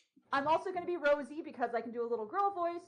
Enigma, you're going to be Max the dog and all other voices that might pop up. Sound fair? Wonderful. And Flam, you're going to be the Grinch. Very well, I'll be the Grinch. Oh no, it's Palpatine. Oh, no. He's a mean one. I'm sorry, I'm Palpatine. You're a mean one, Mr. Grinch. Mr. Sith. Oh Okay, We are a hero. Let's The do it. way this thing is formatted, like in the sentence structure and everything, is just weird. Like it's all jutted to It is. the left. What the hell? it's super weird. I skimmed through it and it's painful. It is painful.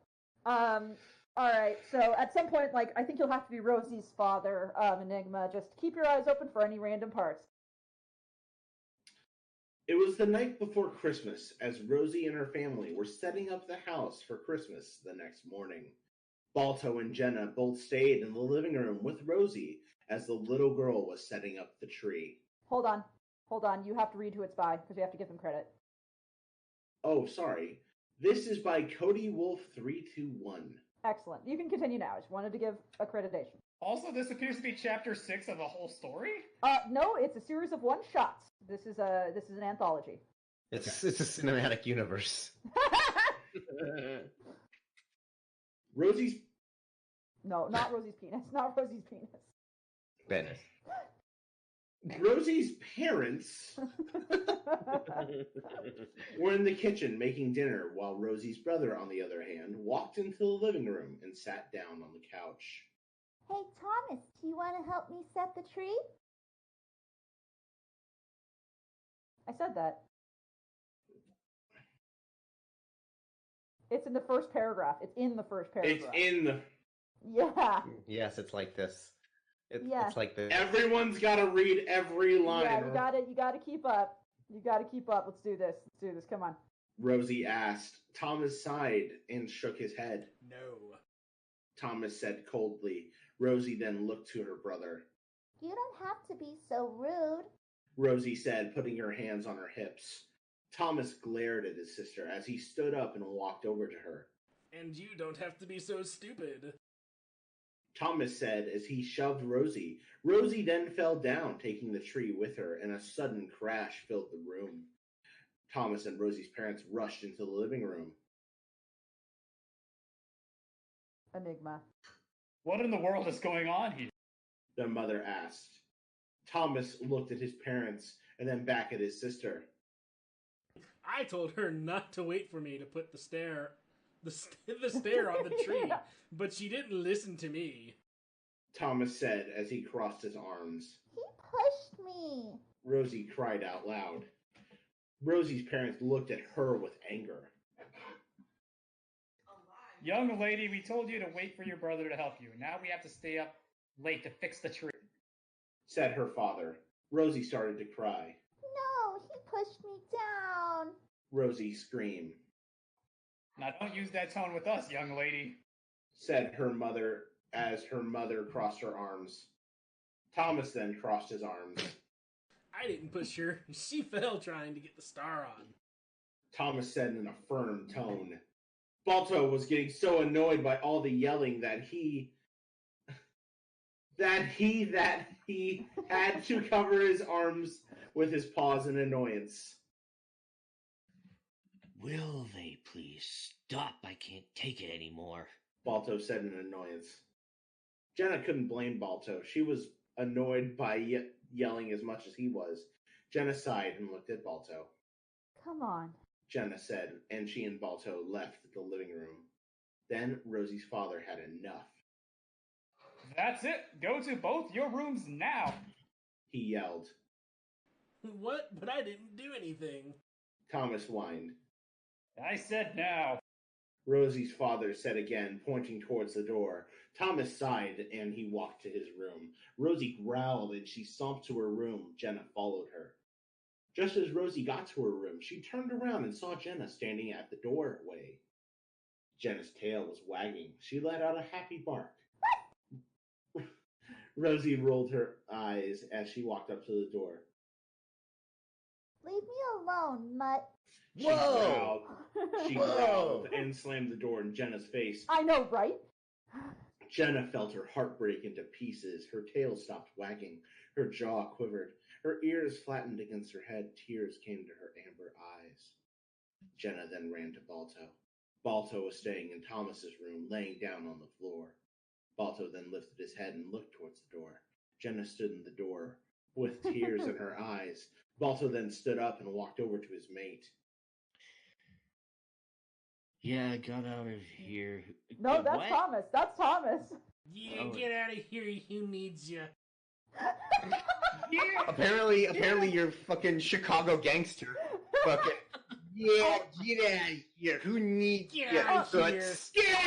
I'm walking here. I'm all up in Nome, Alaska here. Just like, Yeah, go get the fucking clap just like your mother. I'm from Chicago, anyway. Thomas said, throwing a ball in the air. Balto only shook his head as he walked over to his. He used to be such a good kid. What's the matter, Jen? Balto asked his mate. Balto, Rosie hurt my feelings. Jenna replied. She sniffed and tried her best to hold back some more tears. Balto stroked her soft red fur with his paw. What happened, Jen? What did Rosie do to you? He asked. Rosie was in a bad mood, and I tried to cheer her up by wagging my tail and letting out a happy bark, but she didn't seem to care, and she told me to leave her alone. She called me a mutt, and she slammed the door in my face. Jenna said, starting to break down again. Balto hugged her tightly as Jenna cried in his chest. It's okay, Jenna. Don't cry. I'm sure Rosie didn't mean it. She just lost her temper. Balto said in a comforting voice. I just don't understand this, Balto. It's Christmas, and no one should be acting like this around this time of year. And it's like a demon possessed my girl. Jenna sobbed. I understand what you mean, Jenna, but No, I'm sorry. It's like read that line again. It's I understand what mean. Oh, god damn it. Fucking grammar, asshole.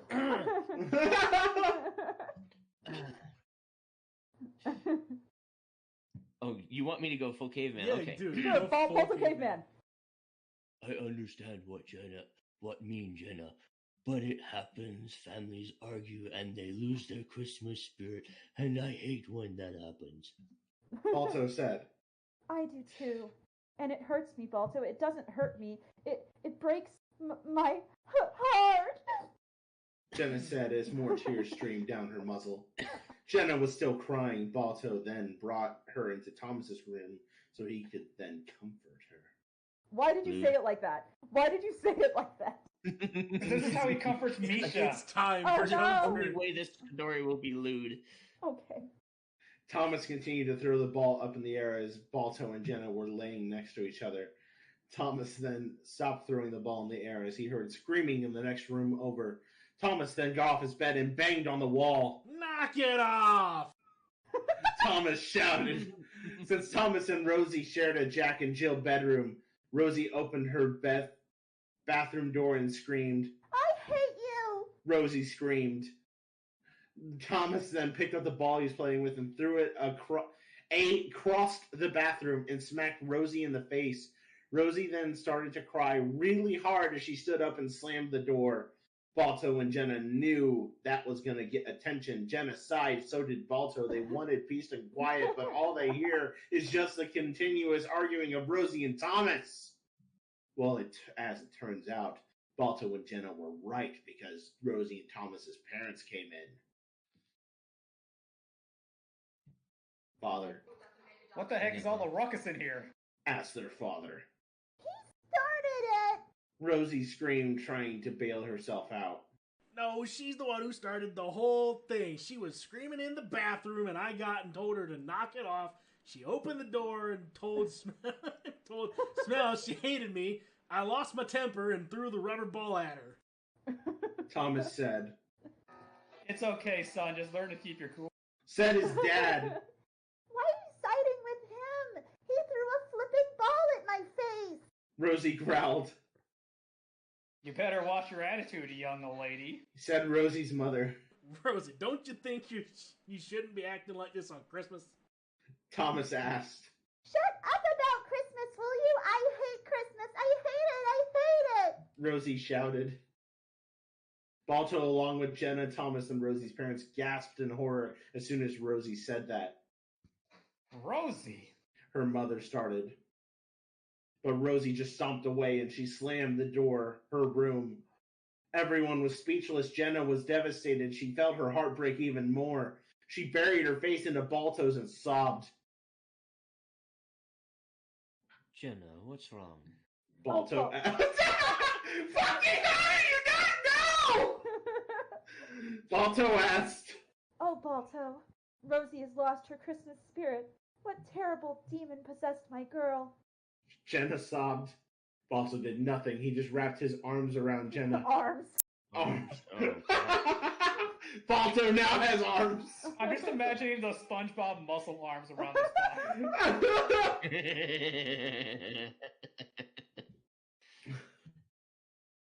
Oh, God. He wrapped his arms around Jenna, and he held her tightly, and she started to make gentle shushing sounds to lessen her tears.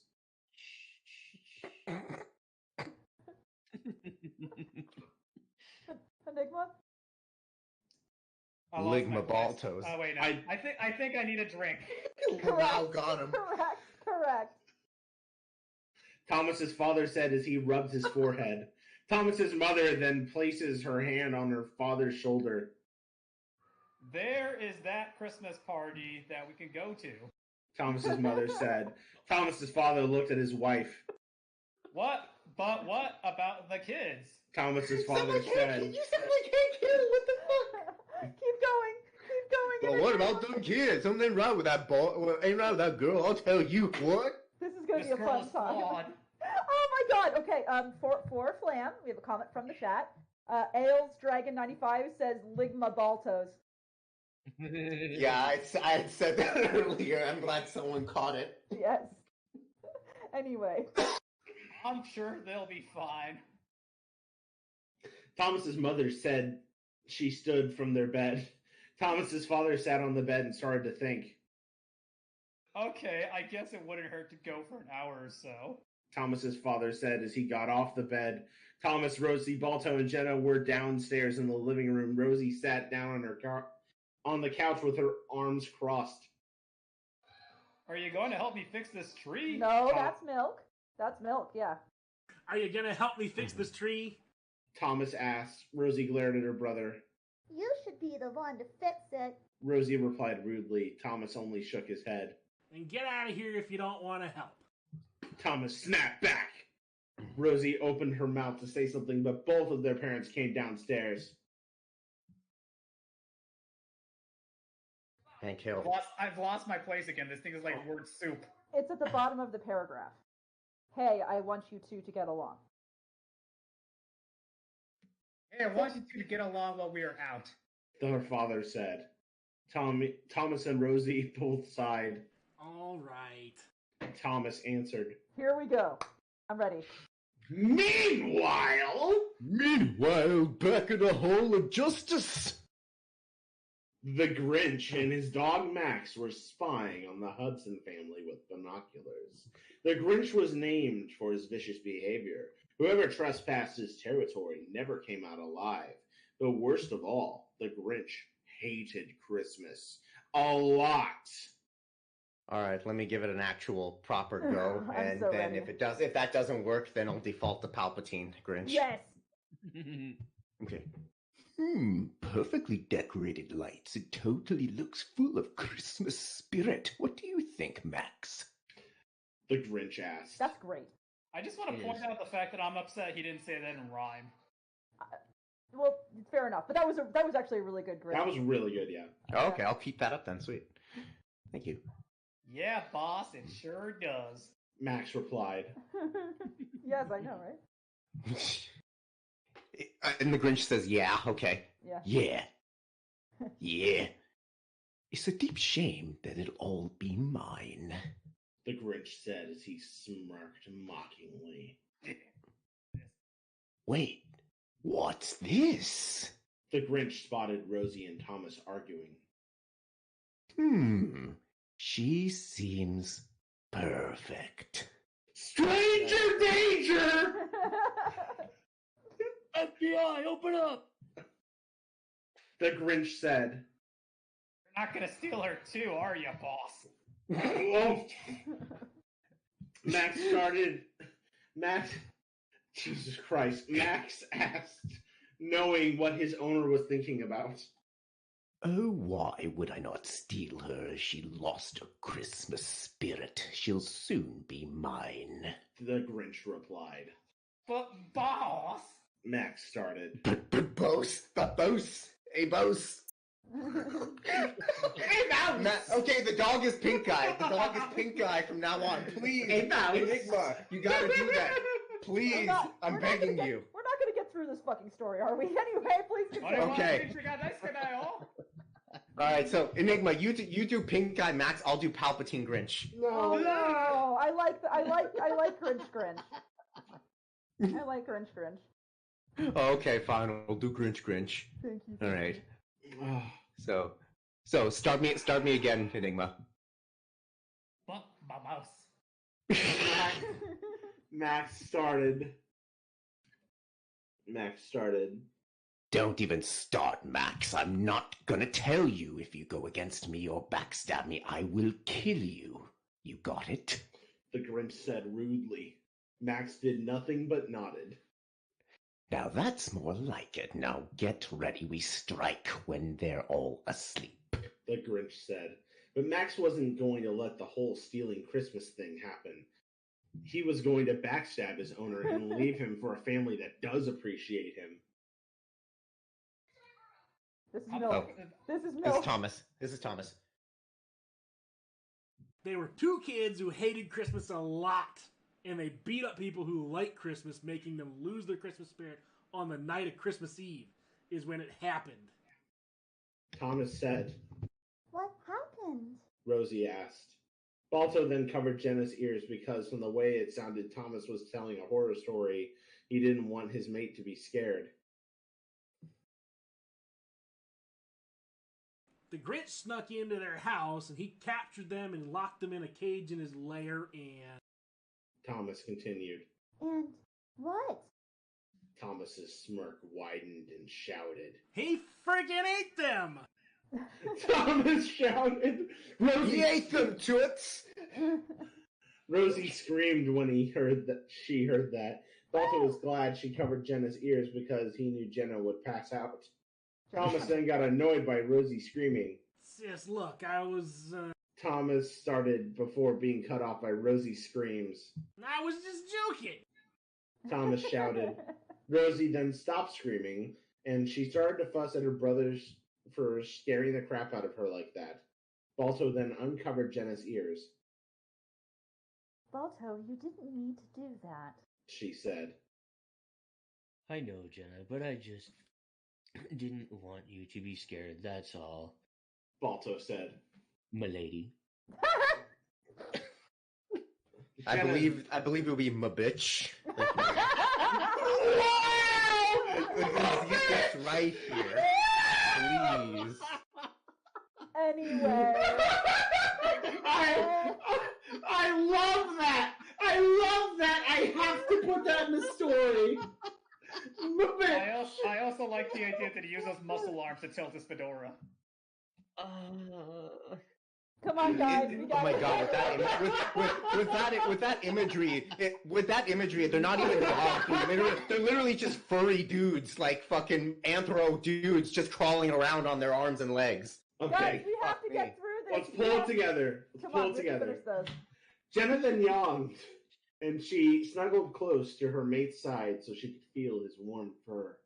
Balto then wrapped his arms around her, and he held her tighter. Jenna then fell asleep in her mate's tight embrace. Aside from Thomas and Rosie's yelling, Jenna was sleeping peacefully. Balto then rested his jaw on Jenna's head, and he closed his eyes, and he too found himself asleep. Thanks. That wasn't funny! Rosie shouted. Thomas chuckled. I told you it was for little kids, but you should have seen your face! Thomas said with a smile. Rosie just shook her head. Whatever. Rosie simply said. Thomas continued to laugh. Rosie's face got red as she looked at her brother. You're such a jerk! Rosie shouted. Suddenly something went crash on the roof, and the power went out. Thomas and Rosie both looked up to the ceiling. Jenna then jerked awake and looked to her mate, who was looking up at the ceiling with the kids. Whatever you're doing, Thomas, please stop. Rosie whispered. Thomas then looked down at his sister. I'm not friggin' doing this one. Thomas replied. They heard footsteps walking across the roof of their house. What's that, Balto? Jenna asked. Balto looked down at his mate. I don't know, Jen. Balto answered. The Grinch and Max both walked across the roof. Go ahead. Fuck, go on. No, go on. No, I was just going to say that hurt to read. Yeah. Can you just taste her, Max? I sure can. The Grinch said as he laughed with a dark smile. Boss, you sure you want to do this again this year? Max asked. The Grinch stopped on his tracks and turned and looked at his dog. Max. Oh, Jesus Christ. The Grinch said with a soft... A soft what? A soft cock. Please read, please. God The damn it. Grinch said with a soft as he walked over to his dog. The Grinch placed his hand on Max's ear and pulled Max close to his mouth. Max, you know what happens if I don't eat. The Grinch shouted. Thomas. I'm telling you, this isn't me, sis. The power must have went out. Thomas explained. Then they heard something come down the chimney. Jenna was scared now. She moved closer to his side, but she felt safe next to him. Balto, I think someone is breaking in.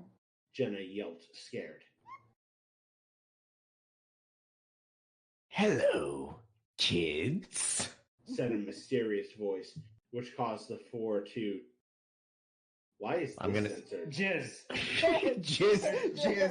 It's jizz. It's definitely jizz. Okay. Which caused the four to jizz their heads around. Thomas took out a flashlight and shined it directly at the chimney and saw the Grinch. Wouldn't he see the Grinch's crotch if he looked up the chimney? Anyway. Thomas and Rosie screamed. Oh, God. Rosie started. The. The Grinch said, mimicking Rosie. The Grinch! He snapped. You're mine! The Grinch said, pointing directly at Rosie. Thomas then narrowed his eyes and shaleed his sister with his arm. If you want to kill her, you gotta go through me first. He snarled at the Grinch. Then the Grinch turned around as if he was going to give up, but he turned around and yelled, Boo! Thomas, Rosie, Balta, and Jenna ran to Thomas's room, and Thomas slammed the door behind him and locked the door and closed the curtain so Grinch won't see them in the room from outside the house. Balto then looked at Jenna, who was shaking in fear. Okay, Jen, what do the Ghostbusters do? Balto asked breathlessly. You watch too many movies with Thomas. Jenna said, scared. Balto looked at Jenna with a small smile. Yeah, sorry. Balto said, nuzzling his mate. Do you think he's gone? Rosie asked, Thomas peeked into the keyhole of his door to see if the Grinch was out there. Thomas. He's not. He is not. No. I think he's gone. The paragraph starts with you watch too many movies with Thomas. I fucking hate this way the story's done. I think he's gone. Priest! I looked away to try and help fucking... God. I think he's gone! Thomas said, still looking into the keyhole! Pick up and I'll read the whole thing, you fuckers! Come No, on. I got it. Thomas said, still looking to the keyhole. Not the pee hole. Oh, God. Peekaboo! The Grinch shouted as his red eye peeked through the keyhole. Off the keyhole. No, he's not. Thomas said as he fell backwards. The door handle started to jiggle with the Grinch banging on the door. Rosie started to scream as the Grinch was banging on the door. Let me in, you ungrateful brats!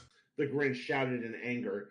Thomas then pressed against the door in case the Grinch would break through. Thomas, how would kids in the story try to kill him? Rosie asked, now shaking in fear. I don't know. They freaking ate him.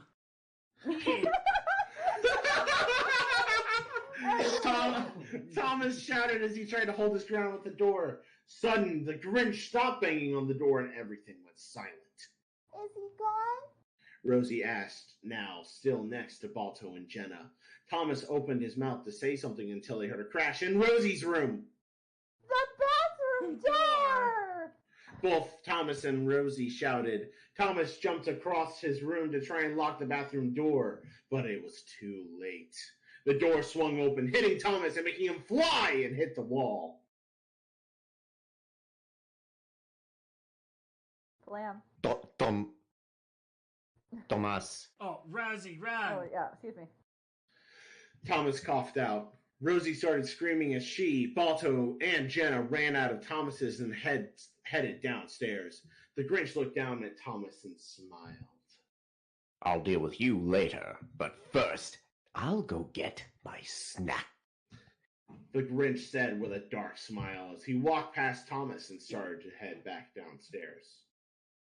Balto, Jenna, and Rosie ran outside the house, and they ran into Jenna's shed at the same place where Balto and Jenna's pups were born in the movie. Rosie slammed the door behind her and locked. She did the same thing to the back door, and she closed the curtains. Balto checked the time. It was 3 a.m., at least 3 hours before sunrise. Balto Yeah, looked at watch. Jenna. She was sobbing quietly. Balto smiled. He looked over to her and nuzzled her. Shh, shh. It's going to be okay, Jenna. Balto said comfortingly. Balto. Milady. God damn it. Balto. My bitch. Balto! I'm worried about Thomas. What if the Grinch eats him? Jenna sobbed. I'm sure Thomas will be okay. He's been through worse, Literally Bal- when? Balto said. right? Balto, please just hold me. Jenna sobbed. Balto did nothing else. He just nodded. He wrapped his arms around her God and fucking held Jenna tightly. A few minutes later, Jenna felt a smile glide across her face. She closed her eyes, nuzzled Balto's chest fur gently during her hard times. Jenna always counted on Balto to make her smile. Jesus Christ, he's gonna red rocket her right there? Ooh. But the nice feeling was cut off when they heard a voice that belonged there, the Grinch. Come out, wherever you are. Oh no, he's here. Jenna said, losing her smile. Balto released Jenna, and he walked up to Rosie and signaled her to an old bed that enough room for three of them to hide. Without a second thought, Rosie, Balto, and Jenna went underneath the bed and remained absolutely quiet. The Grinch then walked in because he may have found a way to pick up the lock. Jenna moved closer to Balto because she felt safe next to him. Jenna let out a whine of fear. Balto covered her mouth with his paw so that the Grinch wouldn't hear her whine, but it was Shut the too fuck late up, bitch! because they saw a pair of red eyes and a green face looking down at them. Peekaboo. The Grinch said. Rosie screamed at her, and the dogs moved back deeper to the back of the bed. Great, Jen, you just had to whine. Balto snapped at her. Jenna felt a tear slid down her cheek. She then looked away from Balto and sobbed uncontrollably. Balto knew instantly what happened. He had just hurt Jenna's feelings. Thomas sat weakly up while holding his head. Thomas backed away when she saw a small brown dog in front of him. Thomas. Thomas. What? How can you talk? Thomas said as he looked at the dog. What? It's what the hell. It's above that, Milk. What the hell? Thomas said as he looked at the dog. You know, it's not nice to scare your little sister about my boss. The small dog said. Thomas backed away even more from the small dog. What? How the hell can you talk? Thomas asked. The dog looked down at his collar. My boss, the Grinch, as you already know, had the collar built for me to talk to anyone I face. The dog explained. Cool. Thomas said with a smile. I accept this. I just accept this. I believe you. Okay, I believe you. Okay, I We're believe. almost done, kids, and I know Flame has someplace to be. Come on, come on. Suddenly, Thomas's smile went away as he heard Rosie scream. Rosie! Thomas shouted as he stood up and grabbed his bat from the closet. Wait! Shouted the dog. Thomas stopped and looked at the small dog. What is it? Thomas asked. If you're going to kill him, then you need to smash his head open. Like the song His Brain is Full of Spiders. You'll need to smash all the spiders after you smash his head open. Oh, What the fuck is this? What is this Five Nights at Freddy's bullshit? Almost there, We're playing kids. Pinata The small dog from the last bit of explained. Mexico. Got it. Thomas nodded in response. Okay, thank you. What's your name? Thomas asked. The small dog smiled. It's Max. Max said. Thomas smiled. Okay, thank you, Max. Thomas said as he ran out of his room and headed down the stairs to save his sister. Jenna, I'm sorry. I didn't mean to yell. Balto said. Then Jenna opened her mouth to say that she forgives him. All of a sudden, Rosie was grabbed by the arm. Save Rosie first. Apologize later. Jenna said to her mate. Balto then sunk his fangs into the Grinch's hand. The Grinch yanked away his hand away from Rosie. Why, you little... The Grinch said, and then grabbed Balto by the throat. Balto! Jenna screamed. The Grinch squeezed Balto's throat harder. Jenna felt something snapped inside of her. Her mind was filled with pure anger and hatred. Get your hands off my mate! Jenna screamed in anger, and she then pounded on the Grinch, and she started to scratch his back, violently drawing blood. The Grinch said. He then released Balto, who fell to the floor, taking in big gulps of air. The Grinch grabbed Jenna and threw her to the floor. Jenna heard a snap. She sprained her ankle. It's okay. That's not what a snap... Okay, I'm not going to get into that. That's fine. Rosie was cornered. She didn't know what to do. Leave me alone! Rosie screamed. Then you should have behaved yourself this year, my dear. The Grinch said mockingly. The Grinch got ready to snatch Rosie when bang! There was a gunshot. The Grinch placed his hand on his bloody head. The Grinch yelled in pain. Rosie looked and saw Thomas, who had a shotgun in his arms. No one messes with my sister. Thomas snarled. The Grinch growled and charged at Thomas. Then bang! Bang! Bang! Bang! The Grinch's head was reduced to flesh and blood, and the most creepiest and most disturbing thing that Balto, Jenna, Rosie, and Thomas saw in their whole lives. Spiders crawled out of the Grinch's skull. Balto! Jenna screamed. Balto ran to Jenna and hoisted her onto his back, and he got her to cover. Thomas then stomped on the spiders until he was sure he got them all. Thomas couldn't believe he just killed the Grinch. The Grinch who stole Christmas. Onks! Thomas disposed of the Grinch's body. Rosie gave Thomas a big hug. Oh. Thank you, Thomas. You saved me. Rosie said with tears of joy sliding down her cheeks. Thomas hugged his sister back. I couldn't bear to lose you, sis, although you may have been a pain in the head sometimes. You're my little sister and I love you. Thomas said. I love you too, Thomas. Rosie said. Jenna sniffed. Jenna sniffed. She felt a tear of joy slid down her cheek. Oh, Balto. Thomas and Rosie are getting along again. It's so beautiful. Jenna said. Yeah, beautiful, my bitch. Balto said, looking at her. Jenna looked at Balto. She knew when Balto said beautiful, he didn't mean the sight of Rosie and Thomas. He meant her. Jenna nuzzled him lovingly. I love you, Balto, my handsome wolf dog. Jenna said. I love you too, Jen, my beautiful husky.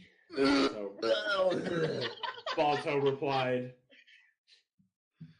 Balto leaned closer to Jenna and he whispered into her ear. Merry Christmas. Oh, God. That was so menacing. Max watched Red Rocket. Max watched from a distance. Man, I wish I had a family like that. Was that the reason you gave him Max's part in the pencil? Anyway, let's finish the game, please.